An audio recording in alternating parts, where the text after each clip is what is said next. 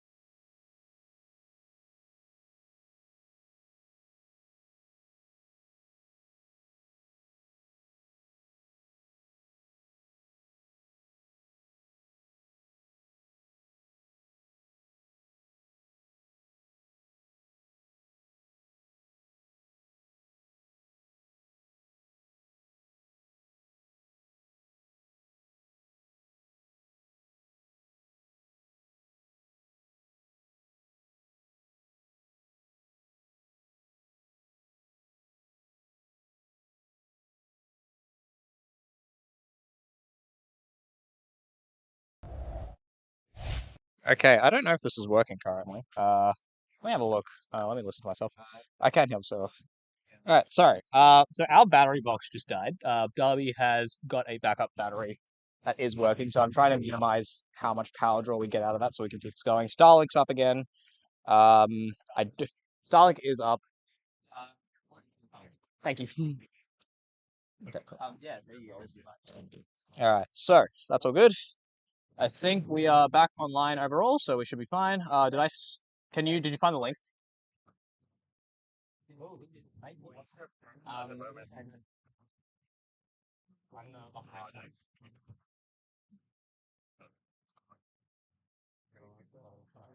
I don't know if this is going to have issues with the driver.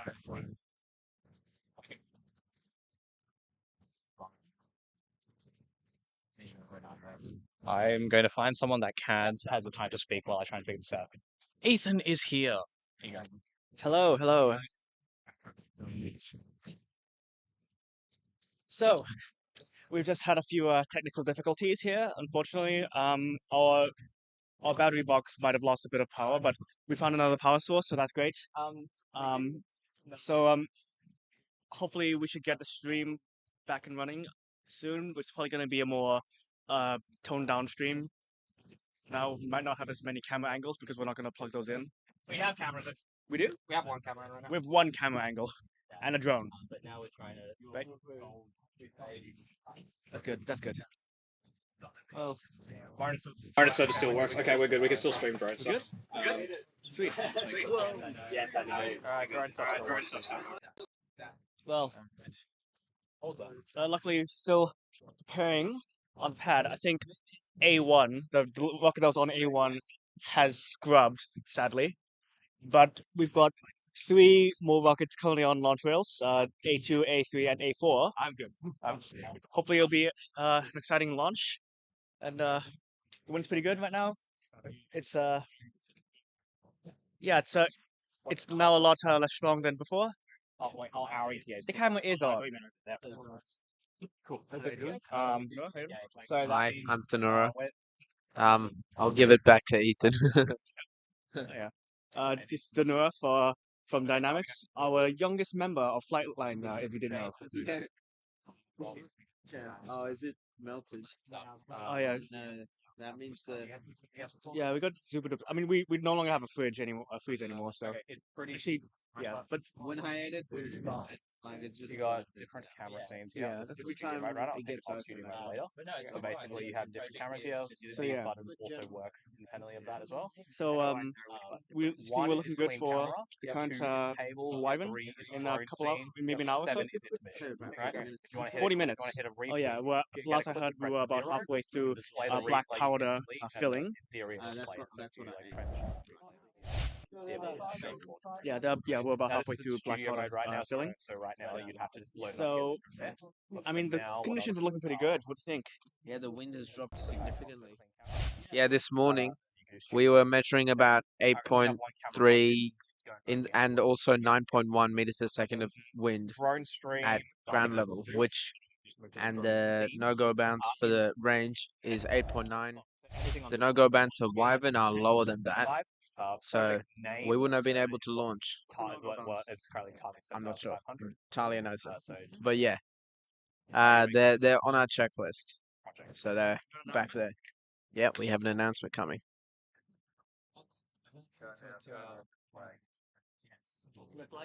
Range is closed.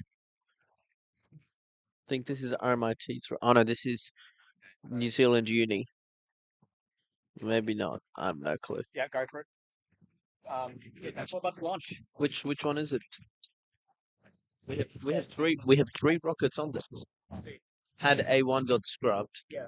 We have A2, A3, and A4 though. Yeah, I think New Zealand's Waikato? Not sure, but they're very nice people. Unfortunately, they've had some damages to their rental cars. I think that's UQ, University of Queensland. Yeah, we have New Zealand on A2. You said Queensland was A3, possibly. I think you said It's pretty far. rockets were Yeah, on USID has a hybrid rocket, yeah. and they're at Pad C, which is quite far away. I don't know This who is is the actual on Oh, Yeah, but yeah. should be getting a countdown. We've already had a rocket come towards us because the wind was blowing very severely towards the southeast direction, which is the spectators. The wind is still southeast, I believe, but not as strong. Not even as half as strong. So we shouldn't be dodging this time. And yeah, wish we had more. Yeah, suppose so. Couple drones have just gone up. Probably gonna give us reviews, right? Yeah. Is that ours? No? Oh, it is our drone. That's true. Yeah. Yeah, so we just oh yeah. It'd be cool to get like concurrent rocket launches. Yeah. It'd be pretty cool to get like concurrent rocket launches, but no, we have UQ launching first. Got an angle?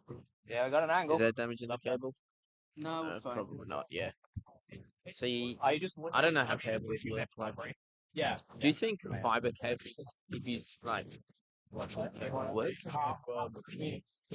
Like fiber optic cables, I mean? I mean, you can bend them. They use total reflection to get. Oh yeah, What's it? Bend it and solve it. true. Yeah, this is just like metal, isn't it? Just metal. Yeah. Like, this is just a power cable impact.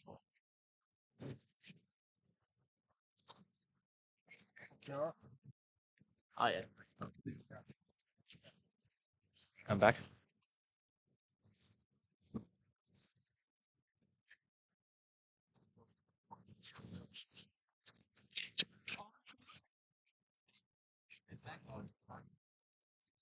Okay, we're back.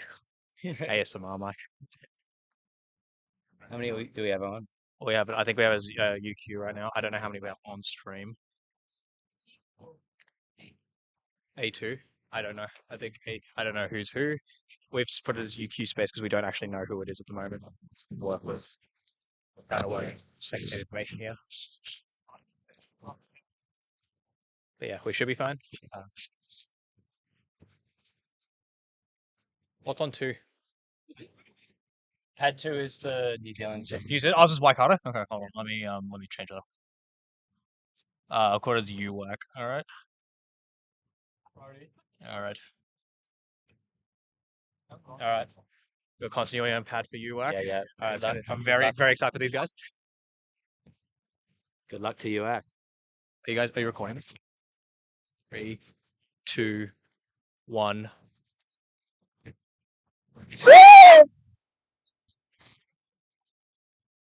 That was beautiful. Lots of excited cheers from here. We got eyes? Yep. Yeah. It's currently pitching over. It's coming down now. Still smoking out. So I believe that was 10K cots. Event. I see an event. Next, like a shoot. Yeah, there it is. Something is flashing. It's coming down. Yeah, I can do that.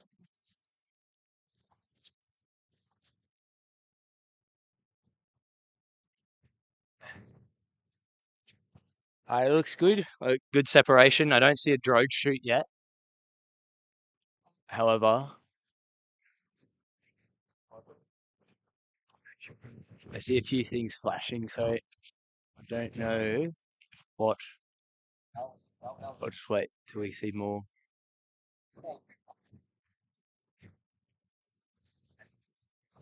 They do still seem to be attached. I don't see a drogue shoot, but what we do see is the airframe broken, which is good. Oh, they're going for the next rocket already. I believe we wait for this one to land before they launch the next one.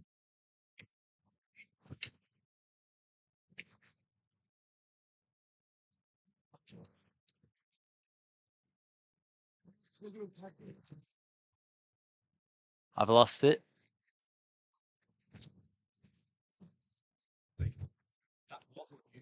No, it was The New Zealand teams. Yeah. Sorry, I'm not being a very good commentator right now. Oh, here we go. Still see. Yeah, so we don't see a drogue parachute or anything. It is coming down. We have not seen main shoots about 800 meters away. Main shoot is out.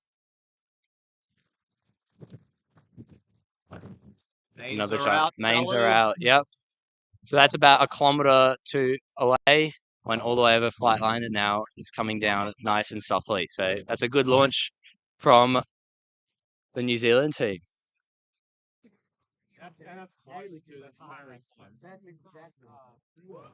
Nice. Good job. Yeah. All right. I'm trying to figure out what the name of the next rocket is. Does anyone know what the name of the next rocket is? I don't know. So I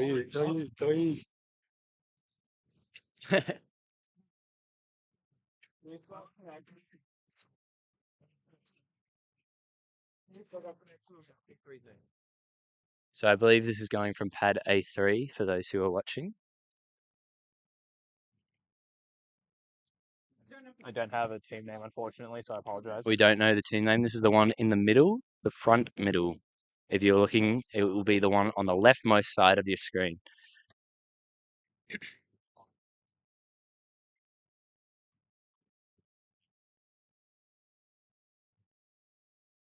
What are we waiting on? I don't know. Now, I believe that this one is one of the Endeavour Cup rockets. So one of the hobbyists that is flying with us today. Playing the replay of UX one. Yep. We're just playing the replay of While we wait for the one before. That would have been there or there. The one on the, it would be Middle. Yep, there. Yeah, cool. All right. one on the left. Really straight flight. Yeah, it was a very straight fight. That was great.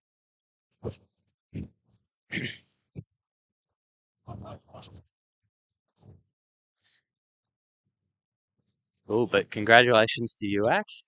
Successful launch and deployment. Went very high. I think that's one of the highest we've seen. Yeah. I mean, yeah, I mean, I guess the one yesterday was 10,000 as well. I just love the plane.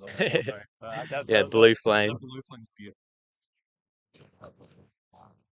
Oh, wait, is this? Yeah. It's alright. Oh, Is this you guys next? Oh, okay. Alright. sorry, guys.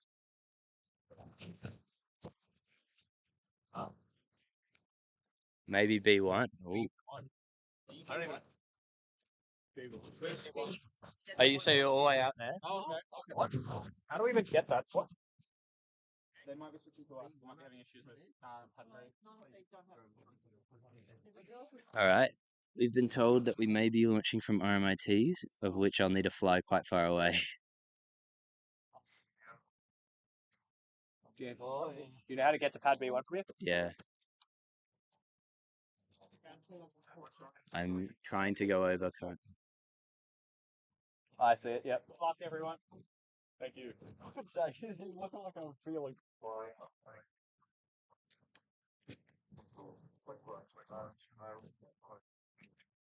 Can you record them as well? Yeah. There you go. Good luck, RMIT. 30 seconds till launch. Yeah, sure. All right, you're back on me. We've got RMIT here. Any last words? God help us.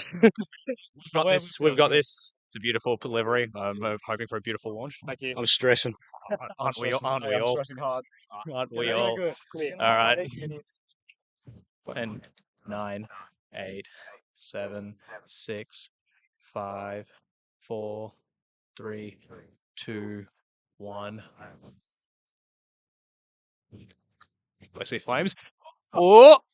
Woo!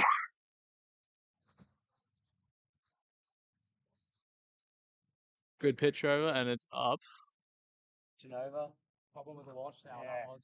All right. It's done. It's arcing over. Waiting for an event.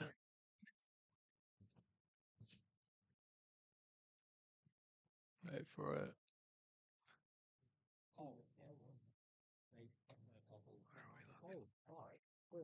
I think everyone's lost eyes on it.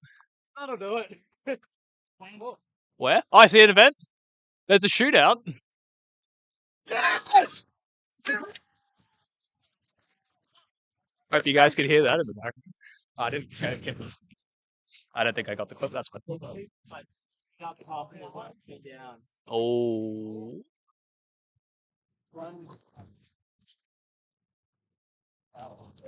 Right there. About 200 meters from the ground. I was coming fast. Yeah. Okay. I just hit the ground. All right. And then there's a chute still in the air. Oh, what? There's a chute still in the air? What was that? It hit the ground. There's a chute in the air. Someone just hit the ground. Yeah, someone hit the ground. Are you sure? Yeah. Yeah, we got both. All right. We.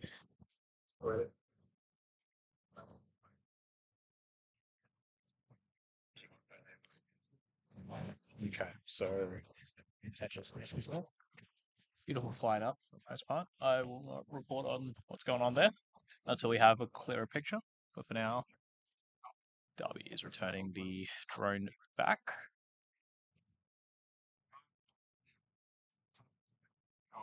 It fell from the upper bulkhead, but what fell? The rocket fell. All right.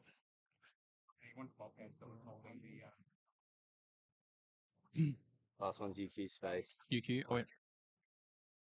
Oh no, we've got two still to go. So. Have they got continuity on? I'll get UQ ready to go.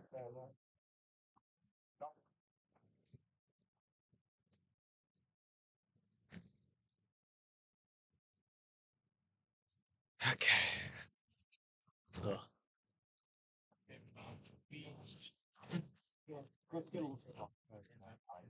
I saw.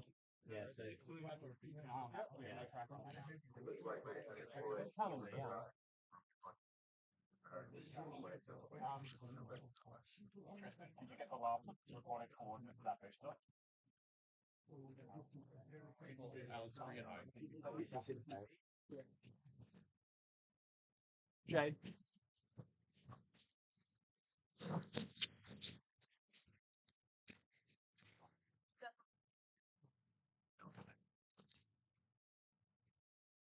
It's the bullet thing.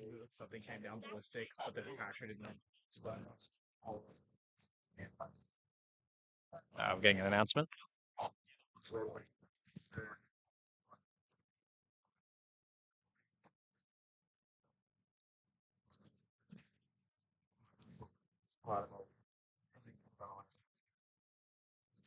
Alright, so we've taken down. Do you want to bring the drone back? Yeah, We'll up an hour. Yeah. How much is it on? 42. Oh, man, we could have gone for another two. We could have gone for. Yeah. Yes. Let's.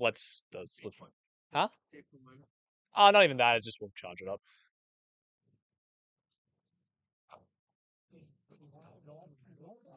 It's not mine. Oh, where's yours? Oh, yours. Got a fucking drone squadron over here.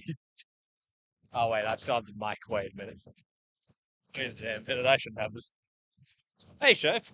You look like your hands aren't busy. Here you go. Thank you, Ash. I will continue the stream as we stand around. Bit of a yeah, get back in front of the camera. Ash, that was my filming spot, bro. Yeah, come sit on. All right, Ethan's going to come sit on my left. He may or may not be in camera, but we can write it out together. Jade will help us out with that as we continue our podcast that we started this morning. We were discussing the long journey that different payload components have been through to make it onto our rocket. For those who missed that lovely story, we're flying with an OpenMV camera that was first used for Mallory, payload from 2 years ago. That also flew at SAC, Spaceport America Cup, which was in New Mexico. So it's been to more countries than I have, as someone who's never left Australia. Fun fact about Shayman. I do. I remember you saying. Well, I mean, it's a good camera. It works well. Well, I say that, but it could be temperamental. When it works, we get some fantastic images from a camera so small. And when it's not working, it's a real pain in our backsides to get it going again. Big shout out to Tom G back at Payload. He's been absolutely wonderful, ironing out all these issues over the past months, days, weeks, years, everything in between. Yeah, both on the software and the hardware side, Tom has just been absolutely, absolutely underpinning this, this payload. So, got a big shout out to you. Thank you. And on top of that, I'd love to mention Kobe as well, who was working on these cameras way back in 2023, such a long time ago. And he also helped Tom put these cameras together for our new project, Ivan, as Jade drops the barbecue lid. A bit of a disappointing end to our little rocket salvo there. We're not sure exactly how RMIT's rocket has gone, but hopefully there's some more positive updates to come. Well, Who knows? Absolutely solid effort. I don't need to put down like RMIT because putting a rocket together is difficult, and a lot of things have to go right essentially. So I think just kudos to RMIT. They've worked really hard on this. At the poster session they had I saw them at the poster session and they had some really impressive hardware on the rocket. We'll see how they recover this rocket, and hopefully, we're all here. Like we all make mistakes. These things eventually happen. Hopefully, we can move. They can learn a lot more from this as well. And as Ethan was saying, it's so lovely to be able to interact with all these universities here. I did have a lovely chat with one of the fellow engineers at RMIT. I was giving them the whole tour of the rocket at our poster session earlier this week. Obviously, the payload's my specialty, but even just talking about all the other hard work that the rest of our team have put into this rocket, it really fills me with a lot of pride. Still behind me, we have 2 rockets that are hoping to go. During that last little salvo, they did have some continuity issues or some telemetry issues. So the range is currently at its yellow flag, which is closing. So you're only allowed about, I think, 2 people per rocket. So they're getting out there. They're trying to touch it up. Maybe it's just a arming issue. Maybe it's just trying to find a lock on the GPS. Who knows? Hopefully we can get that sorted out and get a couple more rockets in the air. And as we're talking about rocket launches that just happened before RMIT at the start of that little segment, we did have the University of Hokkaido, if I know how to say that correctly, which I may not. Sims was trying to correct us in chat. I can't see chat. I might just continue calling them the New Zealand University because they are the only one here. But it's so lovely that they've made the jump across the Tasman Sea to be here this competition where, it's really cool how everyone comes together. And do you want to talk about how their launch went, Ethan? Oh, the launch went absolutely beautifully. It was launched on pad A2 just maybe like 15 minutes ago, now something like that. And I managed to get like some pretty cool video of it. Did we get the drone shot as well? Yeah. His Darby? Hi, sorry. Just we didn't have the instant replay of that one, I don't think. But just on the RMIT one, it looked like it went up and pitched over, had a good flight upwards, came over, and when it deployed, the bottom of the airframe just came loose. So the mains are still in the air and still floating downwards. They're right above us right now, to be fair. Right now, it does not have any body attached to it, or it has like barely any part of the airframe. We also saw the airframe come down, I wouldn't say ballistically, but quite fast. Darby has much better eyes than me. I lose these things as soon as they don't have a trail behind them. Similarly with the our Kiwi friends, their rocket, it flew pretty high. It was definitely the highest one we've seen so far. I think RMIT might have just beaten that. They were aiming for 30,000 feet. But as soon as it passes over the tent, and I can't see anymore. It was 10,000. Was it 10,000 as well? Well, there you go. They were launching it from the big pad though. Yeah, hybrid. Maybe they were. Was it SRAD or was it? No, not No, it's not SRAD. Just a cot spreader. But yeah, the Hokkaido, their rocket arced over our spectator area and deployed and drifted down. Yeah, just downwind of a flight line. So hopefully pretty straightforward recovery for them. We're wishing them the best of luck. Yeah, a couple easy recoveries. For those of you who just joined, earlier today we actually had a launch from a few people doing the Endeavour Cup and trying to get certified with the rocket, and it was a SRAD hybrid. No, it was a COTS hybrid. COTS hybrid, I think. COTS hybrid launch, and it went a bit slowly off the pad and came drifting down kind of near the spectator area as well, which was kind of exciting. Especially because of the events yesterday. There's been a lot of talk about the winds going around. And I know that we have our wind expert in the house, Ben. Give us a wave, Ben. Yeah, big thumbs up from Ben. He's been very busy taking wind speeds for us and making sure that we have accurate data for our simulations. And yeah, as mentioned, our wind is currently coming from the direction of pad, so it's blowing towards all our flight lines and all our spectators. So it's died down quite a lot. It's certainly not as high as it was before. There was talk about range closing due to high winds, but yeah, it died down. We're getting some launches in now. We're hoping to get some more in this afternoon. Big ticket item, in my opinion, that of Project Wyvern. I know a lot of people still excited for our UCID hybrid launch.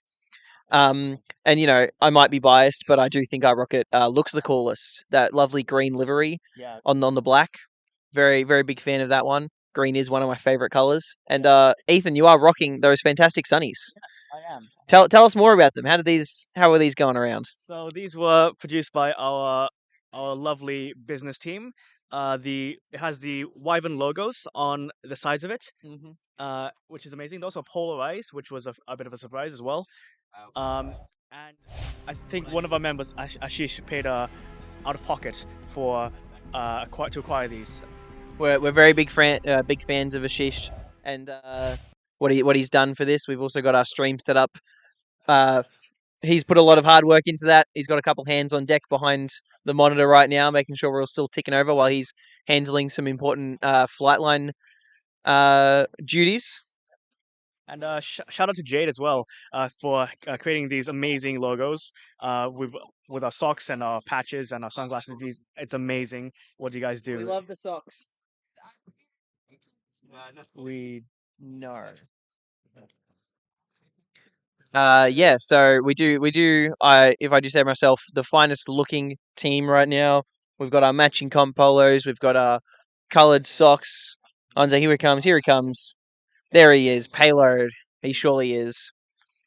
And yeah, matching socks, some sunnies. Mine are in my backpack. I apologize for not having them on right now. I do have my prescription glasses. But I was wearing them last night, I will admit, and I got so used to having them on my forehead that I kept being surprised they weren't there this morning. And yeah, I can just make out flight line down there. How far do you think we are from getting it on the pad? It's hard to give a good estimate on this, but I do know that they were working their way through black powder procedures during that rocket launch. So I think they're still making very good progress, and we're still hoping for a launch sometime this afternoon. Red flag. Oh, there we go. So the range is now being closed. We have both our teams out there have locked onto their rockets again. I know one of them is the University of Queensland. You know who the other one is? I'm not familiar with which rocket is which. I was not paying that much attention. But let's see if we can get this on camera. Question mark. I'll try not to stand in the way. We're launching on pad A4 first, and I can't hear the announcement. Number one on not that one, the other the default one. Yep. Got picture? All right. Jade has set us up with a nice view of the pad. Rocket number 4, A4, that's the one. University of Queensland, says Ethan, who doesn't have a mic but is still helping me out with co-hosting duties. The Payload Bros, because Quine is busy. We got some people running up to see these launches. We're very excited around here. Looks like we're getting ready for a countdown. I'll be quiet and let the rocket play out. Okay, I'll repeat the countdown into the mic in case you won't be able to hear it. As a quiet settles over the spectator area. We're at 10, 9, 8, 7, 6, 5, 4, 3, 2, 1.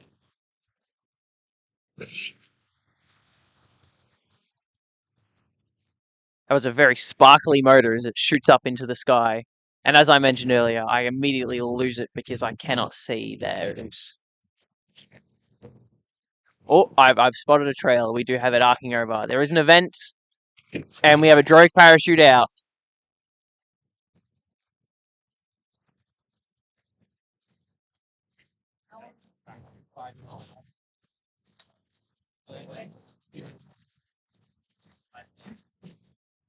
Word around me is that was their University of Queensland 5K rocket. It is now drifting down. Looks to have slowed down pretty considerably.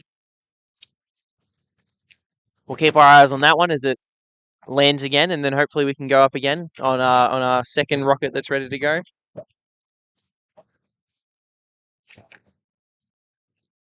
I didn't catch a replay of that one, unfortunately. I forgot to press it. Maybe someone in chat can clip that for me. That's your role, chat. Give me some clips. Show me how the rocket launch looked in slow-mo. You can see it just overhead. Yeah, it's just drifting over, as we mentioned. It's pretty strong wind, and it's heading from pad towards camera and then across the spectator area. So we do get a decent view of these rockets and parachutes as they come back over our heads. There might be 2 parachutes out. I see a yellow parachute and a red parachute. Name's at Apogee. I got Acme, who's got a magnified camera on, so she's got a much better view of it than me. Obviously, my eye's pretty old, apparently. But we might have mains parachute out already. That might have deployed early. Dual bay deploy. Or otherwise we might be expecting some line cutters or the like as it gets closer to the ground. Oh no, that looks like. Oh, there was another pop, but I didn't see anything unfurl. It did, and another pop. That might have been Both were just redundant.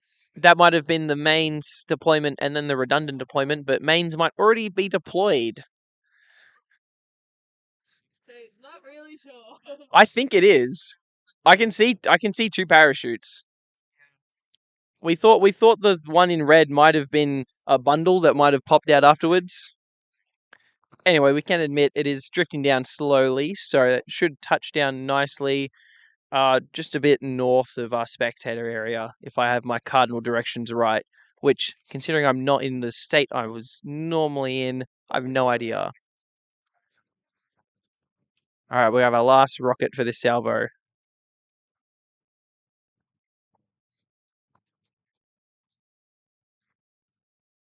$29,000 feet for this rocket. 89,000 feet. We're on an M rocket motor.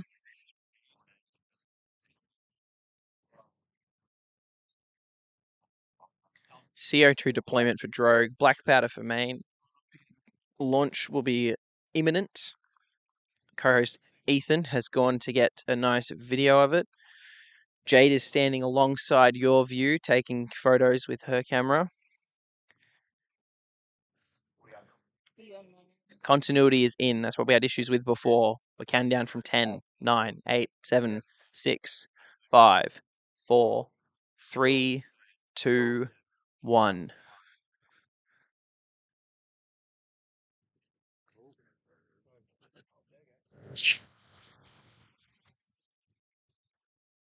Bit of a delay there on launch, but that has gone flying into the sky. As mentioned, this one is aiming for almost 30,000 feet, a predicted apogee of about 29,500.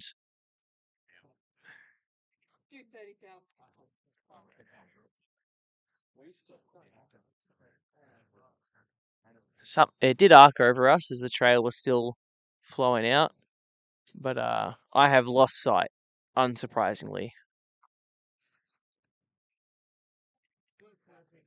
I'll keep my eyes peeled and I'll keep my ears open, see if anyone else spots it.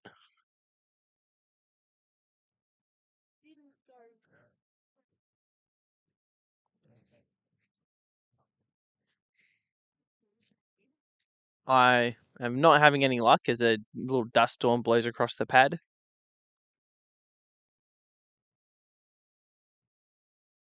And I don't see anyone else with their eyes on it either, so that one might have gone so high that even Ethan's fresh eyes might have skipped it. Any clue what that went? 0. It went very high. Wasn't able to get that one on camera. Acme missed it on camera as well.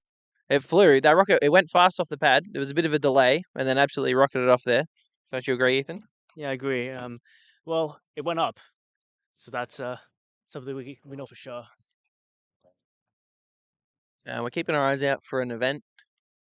I'm keeping my eyes out for anything, to be honest. Yeah, the fucking sky.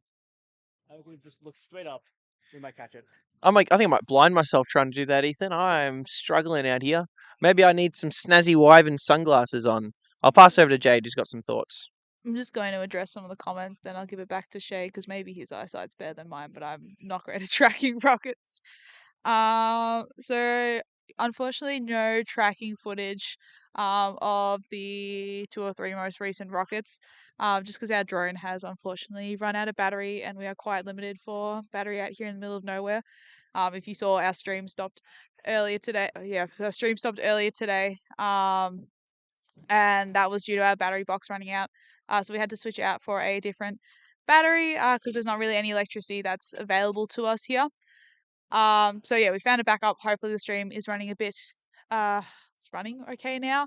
So we're not able to have as many scenes as what we wanted before.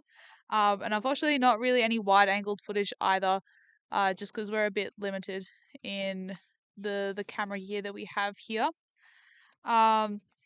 to address Scott. Who was that? I believe that last one was an Endeavour Cup rocket. Yeah, not a university one. That one was that previous launch to almost 30,000 feet was not a university launch, so it could have been the Endeavour Cup, which is just individual or little group efforts.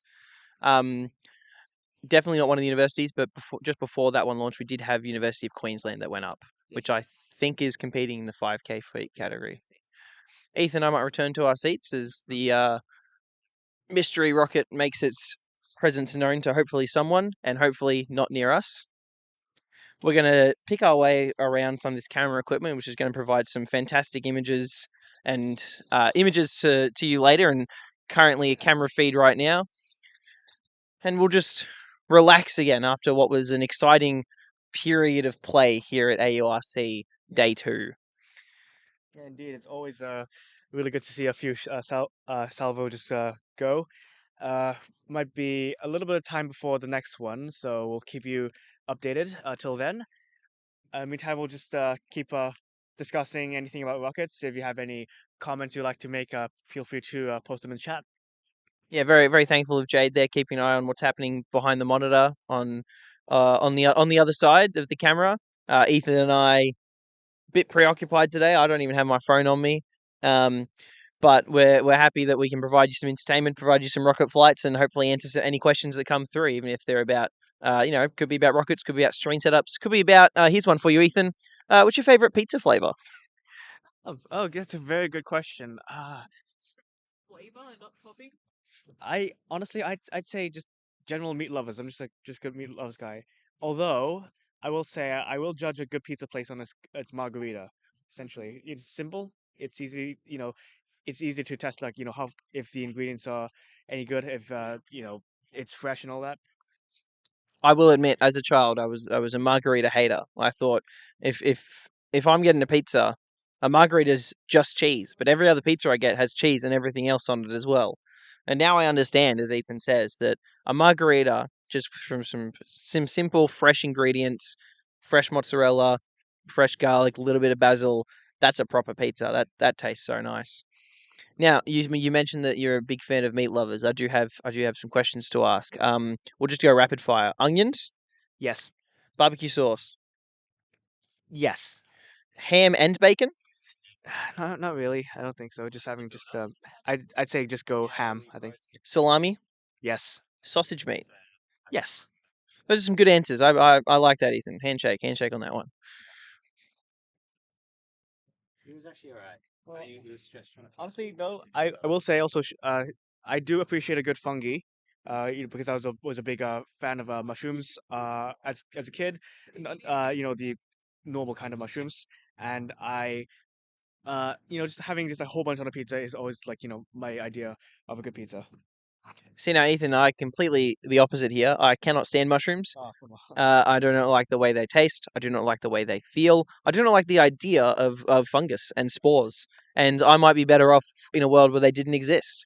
However, whenever I go walking around a park, I do take a photo of any mushroom I see, all the ledge mushrooms or growing out of an old log or whatever, because I do know that my older brother, he's a big fan of mushrooms. So if I can take a good photo of one, then at least someone's getting joy out of mushrooms. And that's all I can do to restrain myself from stomping them, I reckon. So no, I would never put mushrooms on a pizza. And maybe that's controversial. I don't care. I'm my own man. Yeah. I mean, I respect you as a person, but I don't respect your opinion. Ethan, I'm glad that our friendship is at a point where I'm happy with that. I think it's good to know everyone's boundaries. We do have some more guests, maybe just off camera. But Darby, we'd like to ask you, what do you think of mushrooms? What type of mushrooms we're talking? Just regular edible kind of mushrooms, button mushrooms, brown mushrooms. Okay. In that case, yeah, I love them. They're good. Sorry, I'm here. Mushroom risotto is one of the best meals you could have, I reckon. Wait, are you saying mushrooms are bad? I am highly against mushrooms, and I'm also All gonna mushrooms. yes, all mushrooms. I'm also gonna hand this microphone back and find some more so we can Yep. do this conversation a bit more simply. Okay, there's one right there somewhere. Oh no, there isn't. It's in the little boxy. Hopefully, or not. No, I mean, I don't like mushrooms are good. They just have their place. It's not. Yeah. I mean, having a good, mushroom in the morning sautéed, just together with like Oh yeah. In an scrambled English eggs. breakfast. Exactly, Yeah. scrambled eggs. Yeah. Mwah, it's brilliant. Yeah. I will admit, as much as I don't like mushrooms, I still bake with them sometimes. I still cook with them. If I'm making a carbonara, I always grew up with mushrooms in carbonara, so I will put mushrooms in a carbonara. Just because I don't like mushrooms doesn't mean they don't belong some places. It takes a lot of restraint for me though. We have a comment from Scott. What is chat saying? Anchovies on Ooh, pizza. controversial. Now that is a take.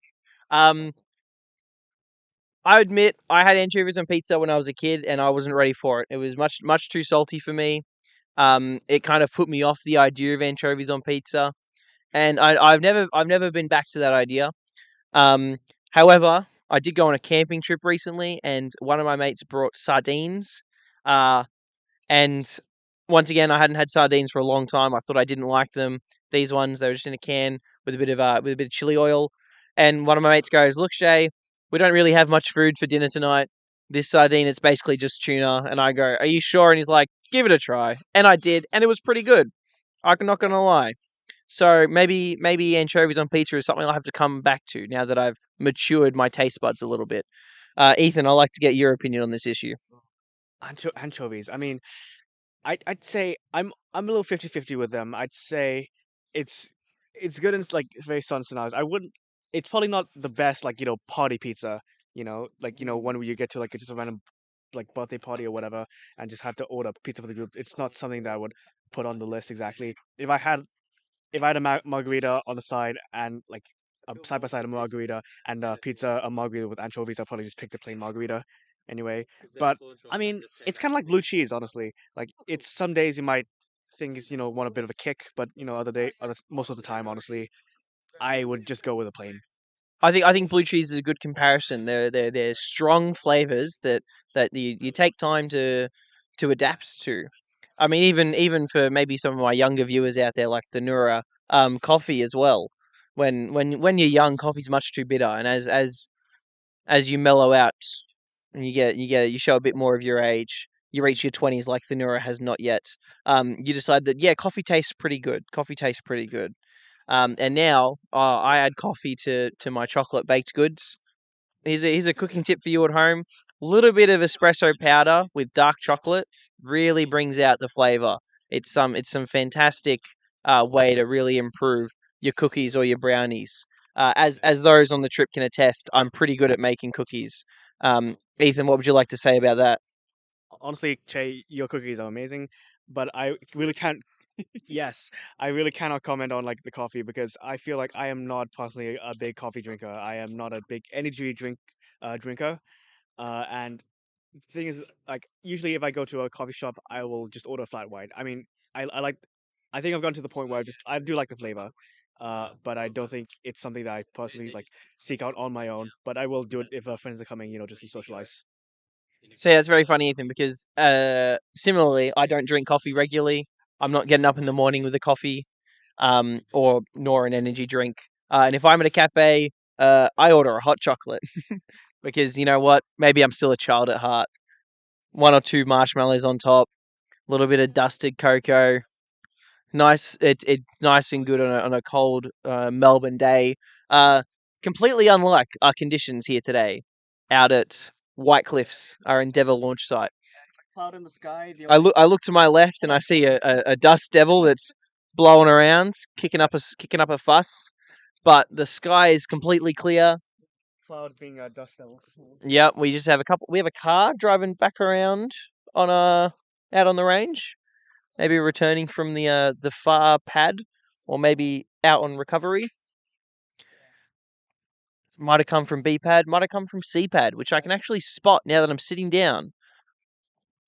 I could not see that standing up, but somehow from this seat through the trees, I can see another little clearing where I think they're setting up the hybrid. Yeah, I can I cannot confirm that for you though. see a couple dots of light, like a little pinpricks, essentially. Maybe like a yeah. There's not much indicating that there's really any launch wheels there, but trust me, there are some really powerful rockets coming up to the launch pad over there. So Well, now that we've spotted it, hopefully when it comes that time of day where hopefully we get a launch out of it, we'll be able to give you the best view as well, give you what I can see from here. yeah, best of luck to you, Sid, who's launching their hybrids hopefully today. Which hybrids are pretty tricky things to launch because a lot can go wrong, and so they came in early today, way early in the morning to get things set up, and they're still setting up, I think. They did go out to the pad at about 9 o'clock, 1:15, so they've been hard at work. I don't want to check the time on my watch because I feel like I don't want to know what the time is. I don't want to know how long I've been here. It's been in some ways quite a long time, in some ways quite a short time. There's just an energy in the air here, and I think that's what's really fun about a rocket competition. Yeah, it's a pretty cool event actually, and the thing is, it's good to see not just the university people out, but also people with hobby rockets coming out and sharing their passion for rocketry and engineering. We actually even have like a documentary crew coming up right behind us here. Yeah, there has been a group of media persons going around taking some high quality footage and some high quality audio, probably unlike what you're getting right now from Ethan and I. But it's also, as Ethan says, it's great that we're getting so much support from the other unis and from the Endeavour Cup, and it's also great to see the residents of Whitecliff also get behind us. We did have some of the locals filter in through the process session. They'd love them to learn about what we're working on, asking us questions about not just how rocket works, but how rocketry works in general. And as I look behind the camera, I do see that some of them have come down to the launch site to have a look at some very exciting launches, and they're chatting chatting with the other teams as well. They did pop by our flight line earlier, so we did give them some updates on how we're moving, and it's just great to have that sense of community out here at the launch site. Yeah, I would also like to shout out the White Cliffs Fireys, who have also parked up near the spectator area, who have been making sure everything has been kept safe, and they've actually been talking to some people, and they've actually been watching from the launches from the top of their truck over on the right here. They do have themselves a pretty good setup. They are parked right in front of the entranceway to the launch pad, which is probably both very clever in terms of if any of response is needed, and also great for viewing because there's the least amount of trees in the way there. And let's talk about our surroundings, Ethan. It is quintessential outback Australia, isn't it? As we were traveling around, it seemed almost instantaneous that the dirt turned red, and it looked like any other postcard of Australia. It's great that we get to experience that. Have you ever been to the Australian desert before, Ethan? Oh, I did go to Alice. Went on a trip with my dad and sibling to Alice Springs to see Uluru, and it's similar terrain here, but I don't think we didn't drive there. We took a plane to Alice Springs, uh, and it's having driving all the way here from Melbourne has been quite an experience actually. It's a lot more like wildlife that we encountered than I was expecting initially. A lot more emus, a lot more goats for some reason actually. Lots of goats, and not just Laquan, who is my goat, but also some wild goats, or potentially wild goats, or maybe just um, relaxedly farmed goats, relaxedly herded goats. Yeah, In that latter category, I think we have we while we're going up here, we're passing a few uh, open pastures where that would just the only indication that they're separated is maybe a wire fence and some pipes on the road to make sure that animals don't cross into different properties. and I am looking over my shoulder here because there's some four-wheel drive absolutely fanging it out to pad A5, so we might have some more movement in the salvos upcoming in the next hour, perhaps. And as Ethan says, we did see many emus in the past couple of days. Thankfully, none of them on the road between our cars and our convoy traveling up from Melbourne through Hay. Yeah, smart Um, birds. They're pretty smart birds, I think. And they also Darby pointed this out to me during the drive here that if you just go out into the outback, you see just a bunch of ferns around, and the thing is, they look exactly like what an emu looks like, just without the neck and head. So it's perfect, like camouflage. You understand why they evolved in this kind of environment. I feel the same way about kangaroos because when I'm around outer suburbs of Melbourne, you do see the occasional roo, uh, and they stick out like a sore thumb. The grey fur against the green grass, but you come out here and you got grey and brown dusty kangaroos against grey and brown dusty rocks and sand and some brown trees, and you go, yeah, if that kangaroo stood still and turned his head slightly, I couldn't tell if that was a stump or a kanga. Um, and yeah, we have spotted a couple small ones jumping around. The University of Hokkaido unfortunately had a run in with one, and they've had other car issues this weekend as well. So quintessential experience with a hire car, I think, and also driving in Australia as well. But they did have a very successful rocket launch, so I think the car troubles might be forgotten by tonight. So congratulations to them, and congratulations to the other unis that have got off the pad so far at this competition. We are awaiting whatever is happening out on pad A5. There does seem to be someone beginning their setup, so hopefully we can see another successful rocket flight. And the big event, in my opinion, Project Wyvern flight lines continuing after we had our tests this morning and validated all of our systems. So that one is also upcoming, and we're very excited for that. The wind has picked up a little as my arms suddenly get very cold. So I'm going to just roll my sleeves down. It doesn't seem to be a sustained gale that would close out our range, just seems to be swirling around a little bit. Perhaps changing directions. We might not have rockets drifting over our head from this point, but obviously we'll keep you updated if and when we have further flights today. Yeah, of course, like wind being a very important part of how we find a trajectory, because we have an amazing dynamics team, who are basically who are patiently measuring the wind speed every few minutes and making sure that the wind is a perfect condition for us to launch.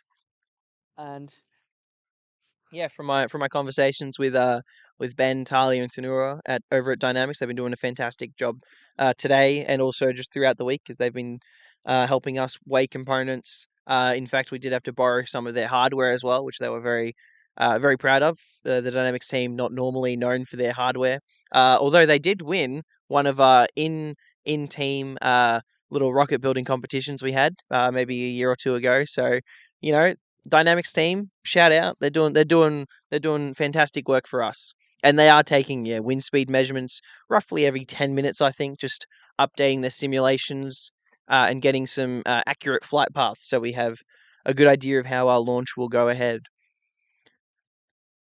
the wind was actually the wind was stock still.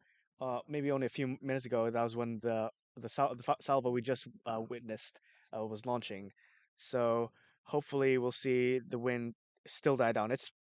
I think it's generally a lot better than yesterday. A lot better than yesterday actually. Significantly better, yes. But hopefully Project Wyvern will meet with ideal conditions to get a perfect launch.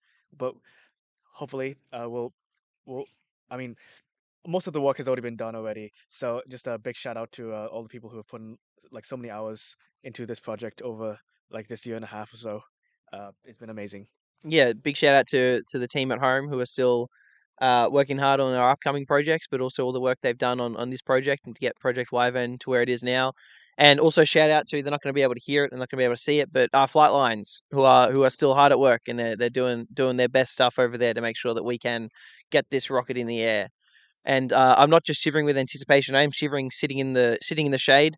As mentioned, there is a bit of wind around, but in the sunlight, the weather here is fantastic.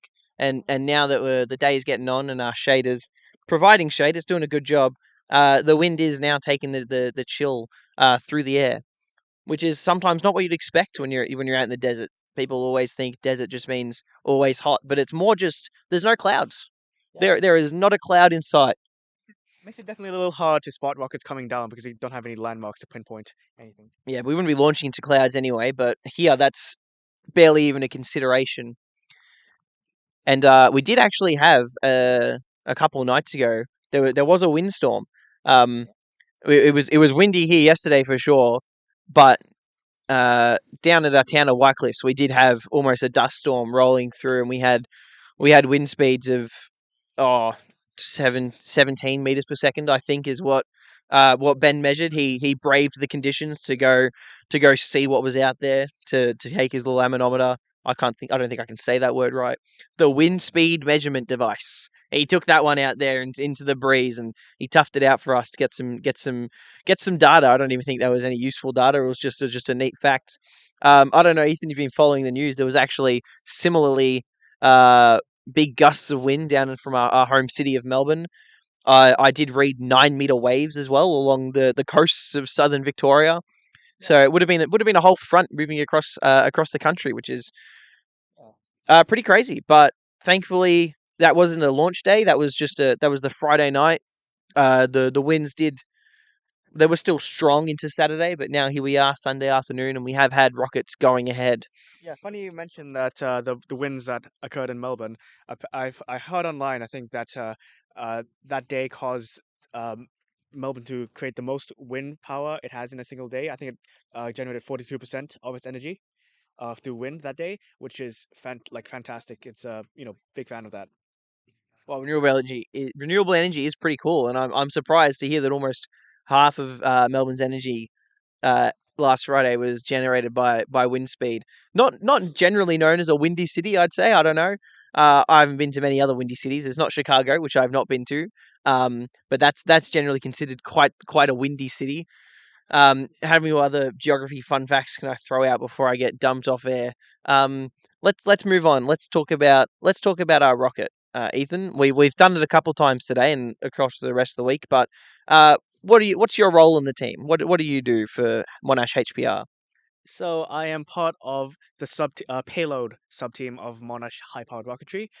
We basically help create the experiment. In short, we're the reason why we have rockets go up in the first place. We create experiments to go up into these sounding rockets and use the certain properties and the certain experiences inside a sounding rocket to create cool experiments, whether it be high acceleration or low pressure or microgravity during descent or after motor burnout. But yeah, it's been great. We propose experiments, we design them, and we build them essentially. That's lovely to hear. And my name is Shay. I'm also part of the Paylead section. Ethan, currently our vice lead. He took over that role from me about 2 months ago. He's already had a fantastic job. He's already applying himself to not just Payload's logistical and technical work, but also diving in with the rest of the team. And as a former vice lead myself, I'll just jump that in there. It is really fun to step up a little and take on more responsibility within the team, because that's also how you learn more about the team. So anyone watching at home, highly recommended. Become a vice lead, become a safety rep. You really learn more about yourself and the team and how it all works. And for those even not from Monash HPR, if you're watching at home, put yourself out there. Management, leadership, it's all great experience, and it is a great experience. Got a question for you, Kay. Yes, please, Ethan. What is your question? So, have you ever built a rocket, or have you considered building a rocket?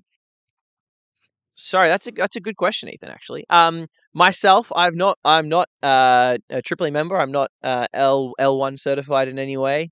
I've thought about building my own L1. Unfortunately, there's always other things that get in the way. I'm sure some other people on the stream would be able to sympathize with that. Yeah. However, I have built an L1 rocket. It wasn't for an L1 cert. I didn't build it myself. But when I was joining the team, I was put into a group of I think about 6 other new recruits, and we were told, you guys, you're just learning about rockets. You've come from all different sorts of engineering backgrounds and different years of experience. So we're going to teach you the basics as best we can, and that's by making you all put a rocket together yourselves. So we did a carbon fiber minimum diameter rocket. I don't remember the motor that it flew on. It was an L1.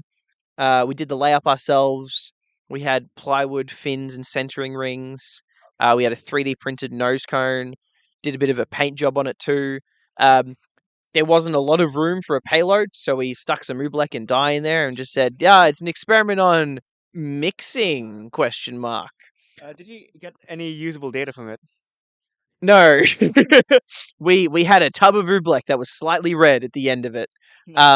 But we also, we sewed the parachutes ourselves, folded them ourselves. So it really was a taste for all the different sections that Monash HPR has. And even we did even have a business recruit alongside us who was taking photos, building a bit of a resume or a portfolio, I guess, of all the technical work we did. And we did also drag this business recruit into helping us with technical work, sanding fins and stuff. You might know him as Sudarshan, who is Flight Systems Vice Lead. He did start as a business recruit. He's in too deep now, isn't he? He's currently working on the flight systems for Wyvern actually today. He is hard at work handling black powder under the supervision of some experienced people as well. So we're very proud of how far he's come. He's also taught me everything I know about cameras, pretty much. So it's with him that I thank the camera I have here on my lap. That I've been taking some photos of rockets of this afternoon, and hopefully I get a good shot of Wyvern even later on when we get up. I haven't had any updates on that yet. We'll bring them to you as they come. Great. So our time estimate now is 3:30. I'm going to check my watch, see what the time actually is. As I mentioned, I have no idea. It's about 2:30. So 30 to 60 minutes. Ethan and I will continue to fill time as everyone else fills their excitement bars as they sit near Flightline and watch it all come together. Well, we put red food dye in it. So the idea was we would see if like it would swirl or whatever. Unfortunately, the parachute did a great job and the rocket drifted quite far away. We ended up our recovery team of I think it was about 4 of us: Amy, Raf, myself, Angus McLennan. He was our flyer of record. We had to walk all the way to the end of SERP and then get permission to go into the next farm. And sitting in between some sheep and a bush was our red and white rocket and parachute. Did the oobleck spill out, or is it all contained? It was completely sealed in a little plastic cup. The rocket flight lasted about 2 minutes, and then the journey and to go find it probably lasted about an hour. So any data from the mixing of a non-Newtonian fluid, none of that occurred during rocket flight.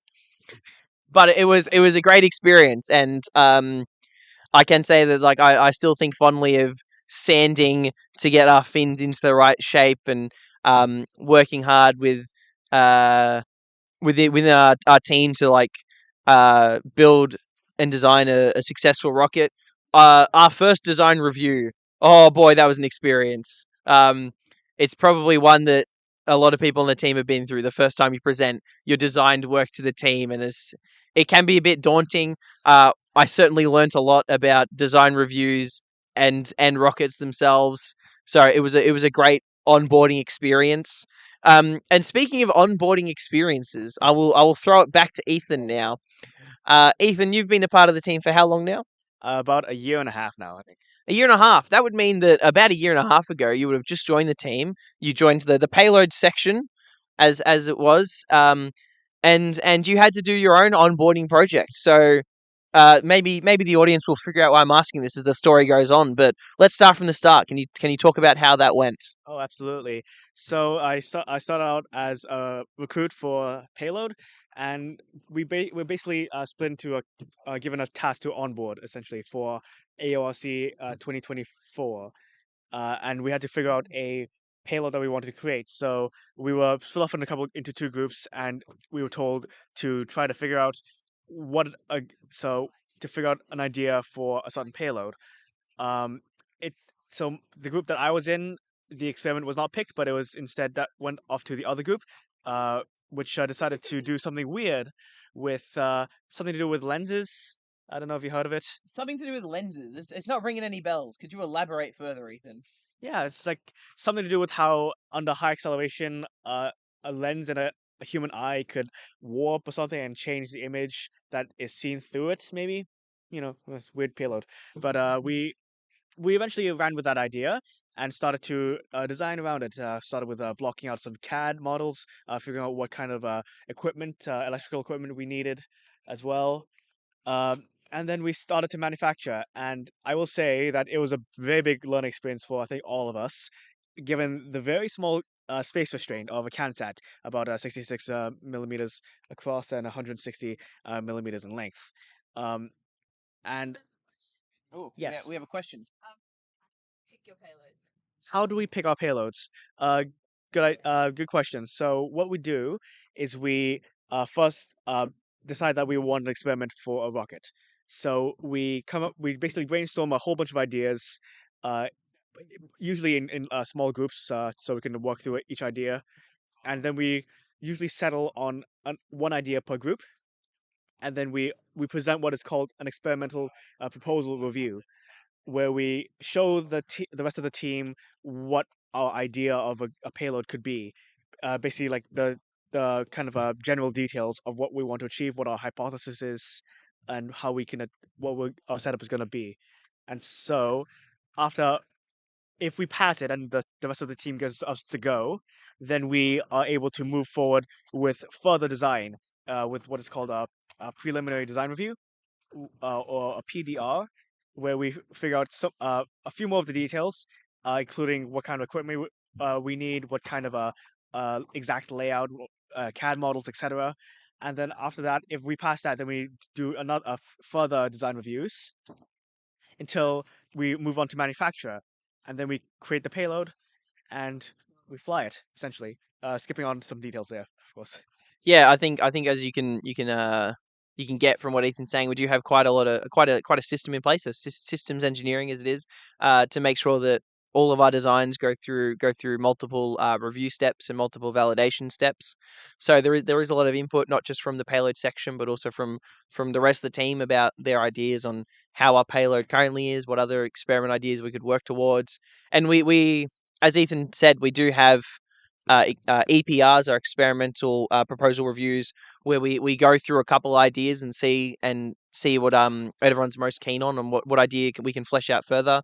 But just because an experiment doesn't get past that point doesn't mean that it's lost forever. We do also keep track of all our proposed experiments, so that the next time someone's proposing an experiment, they can go back and look and see, like, oh, I've got a good idea about this. Maybe we can do this with it.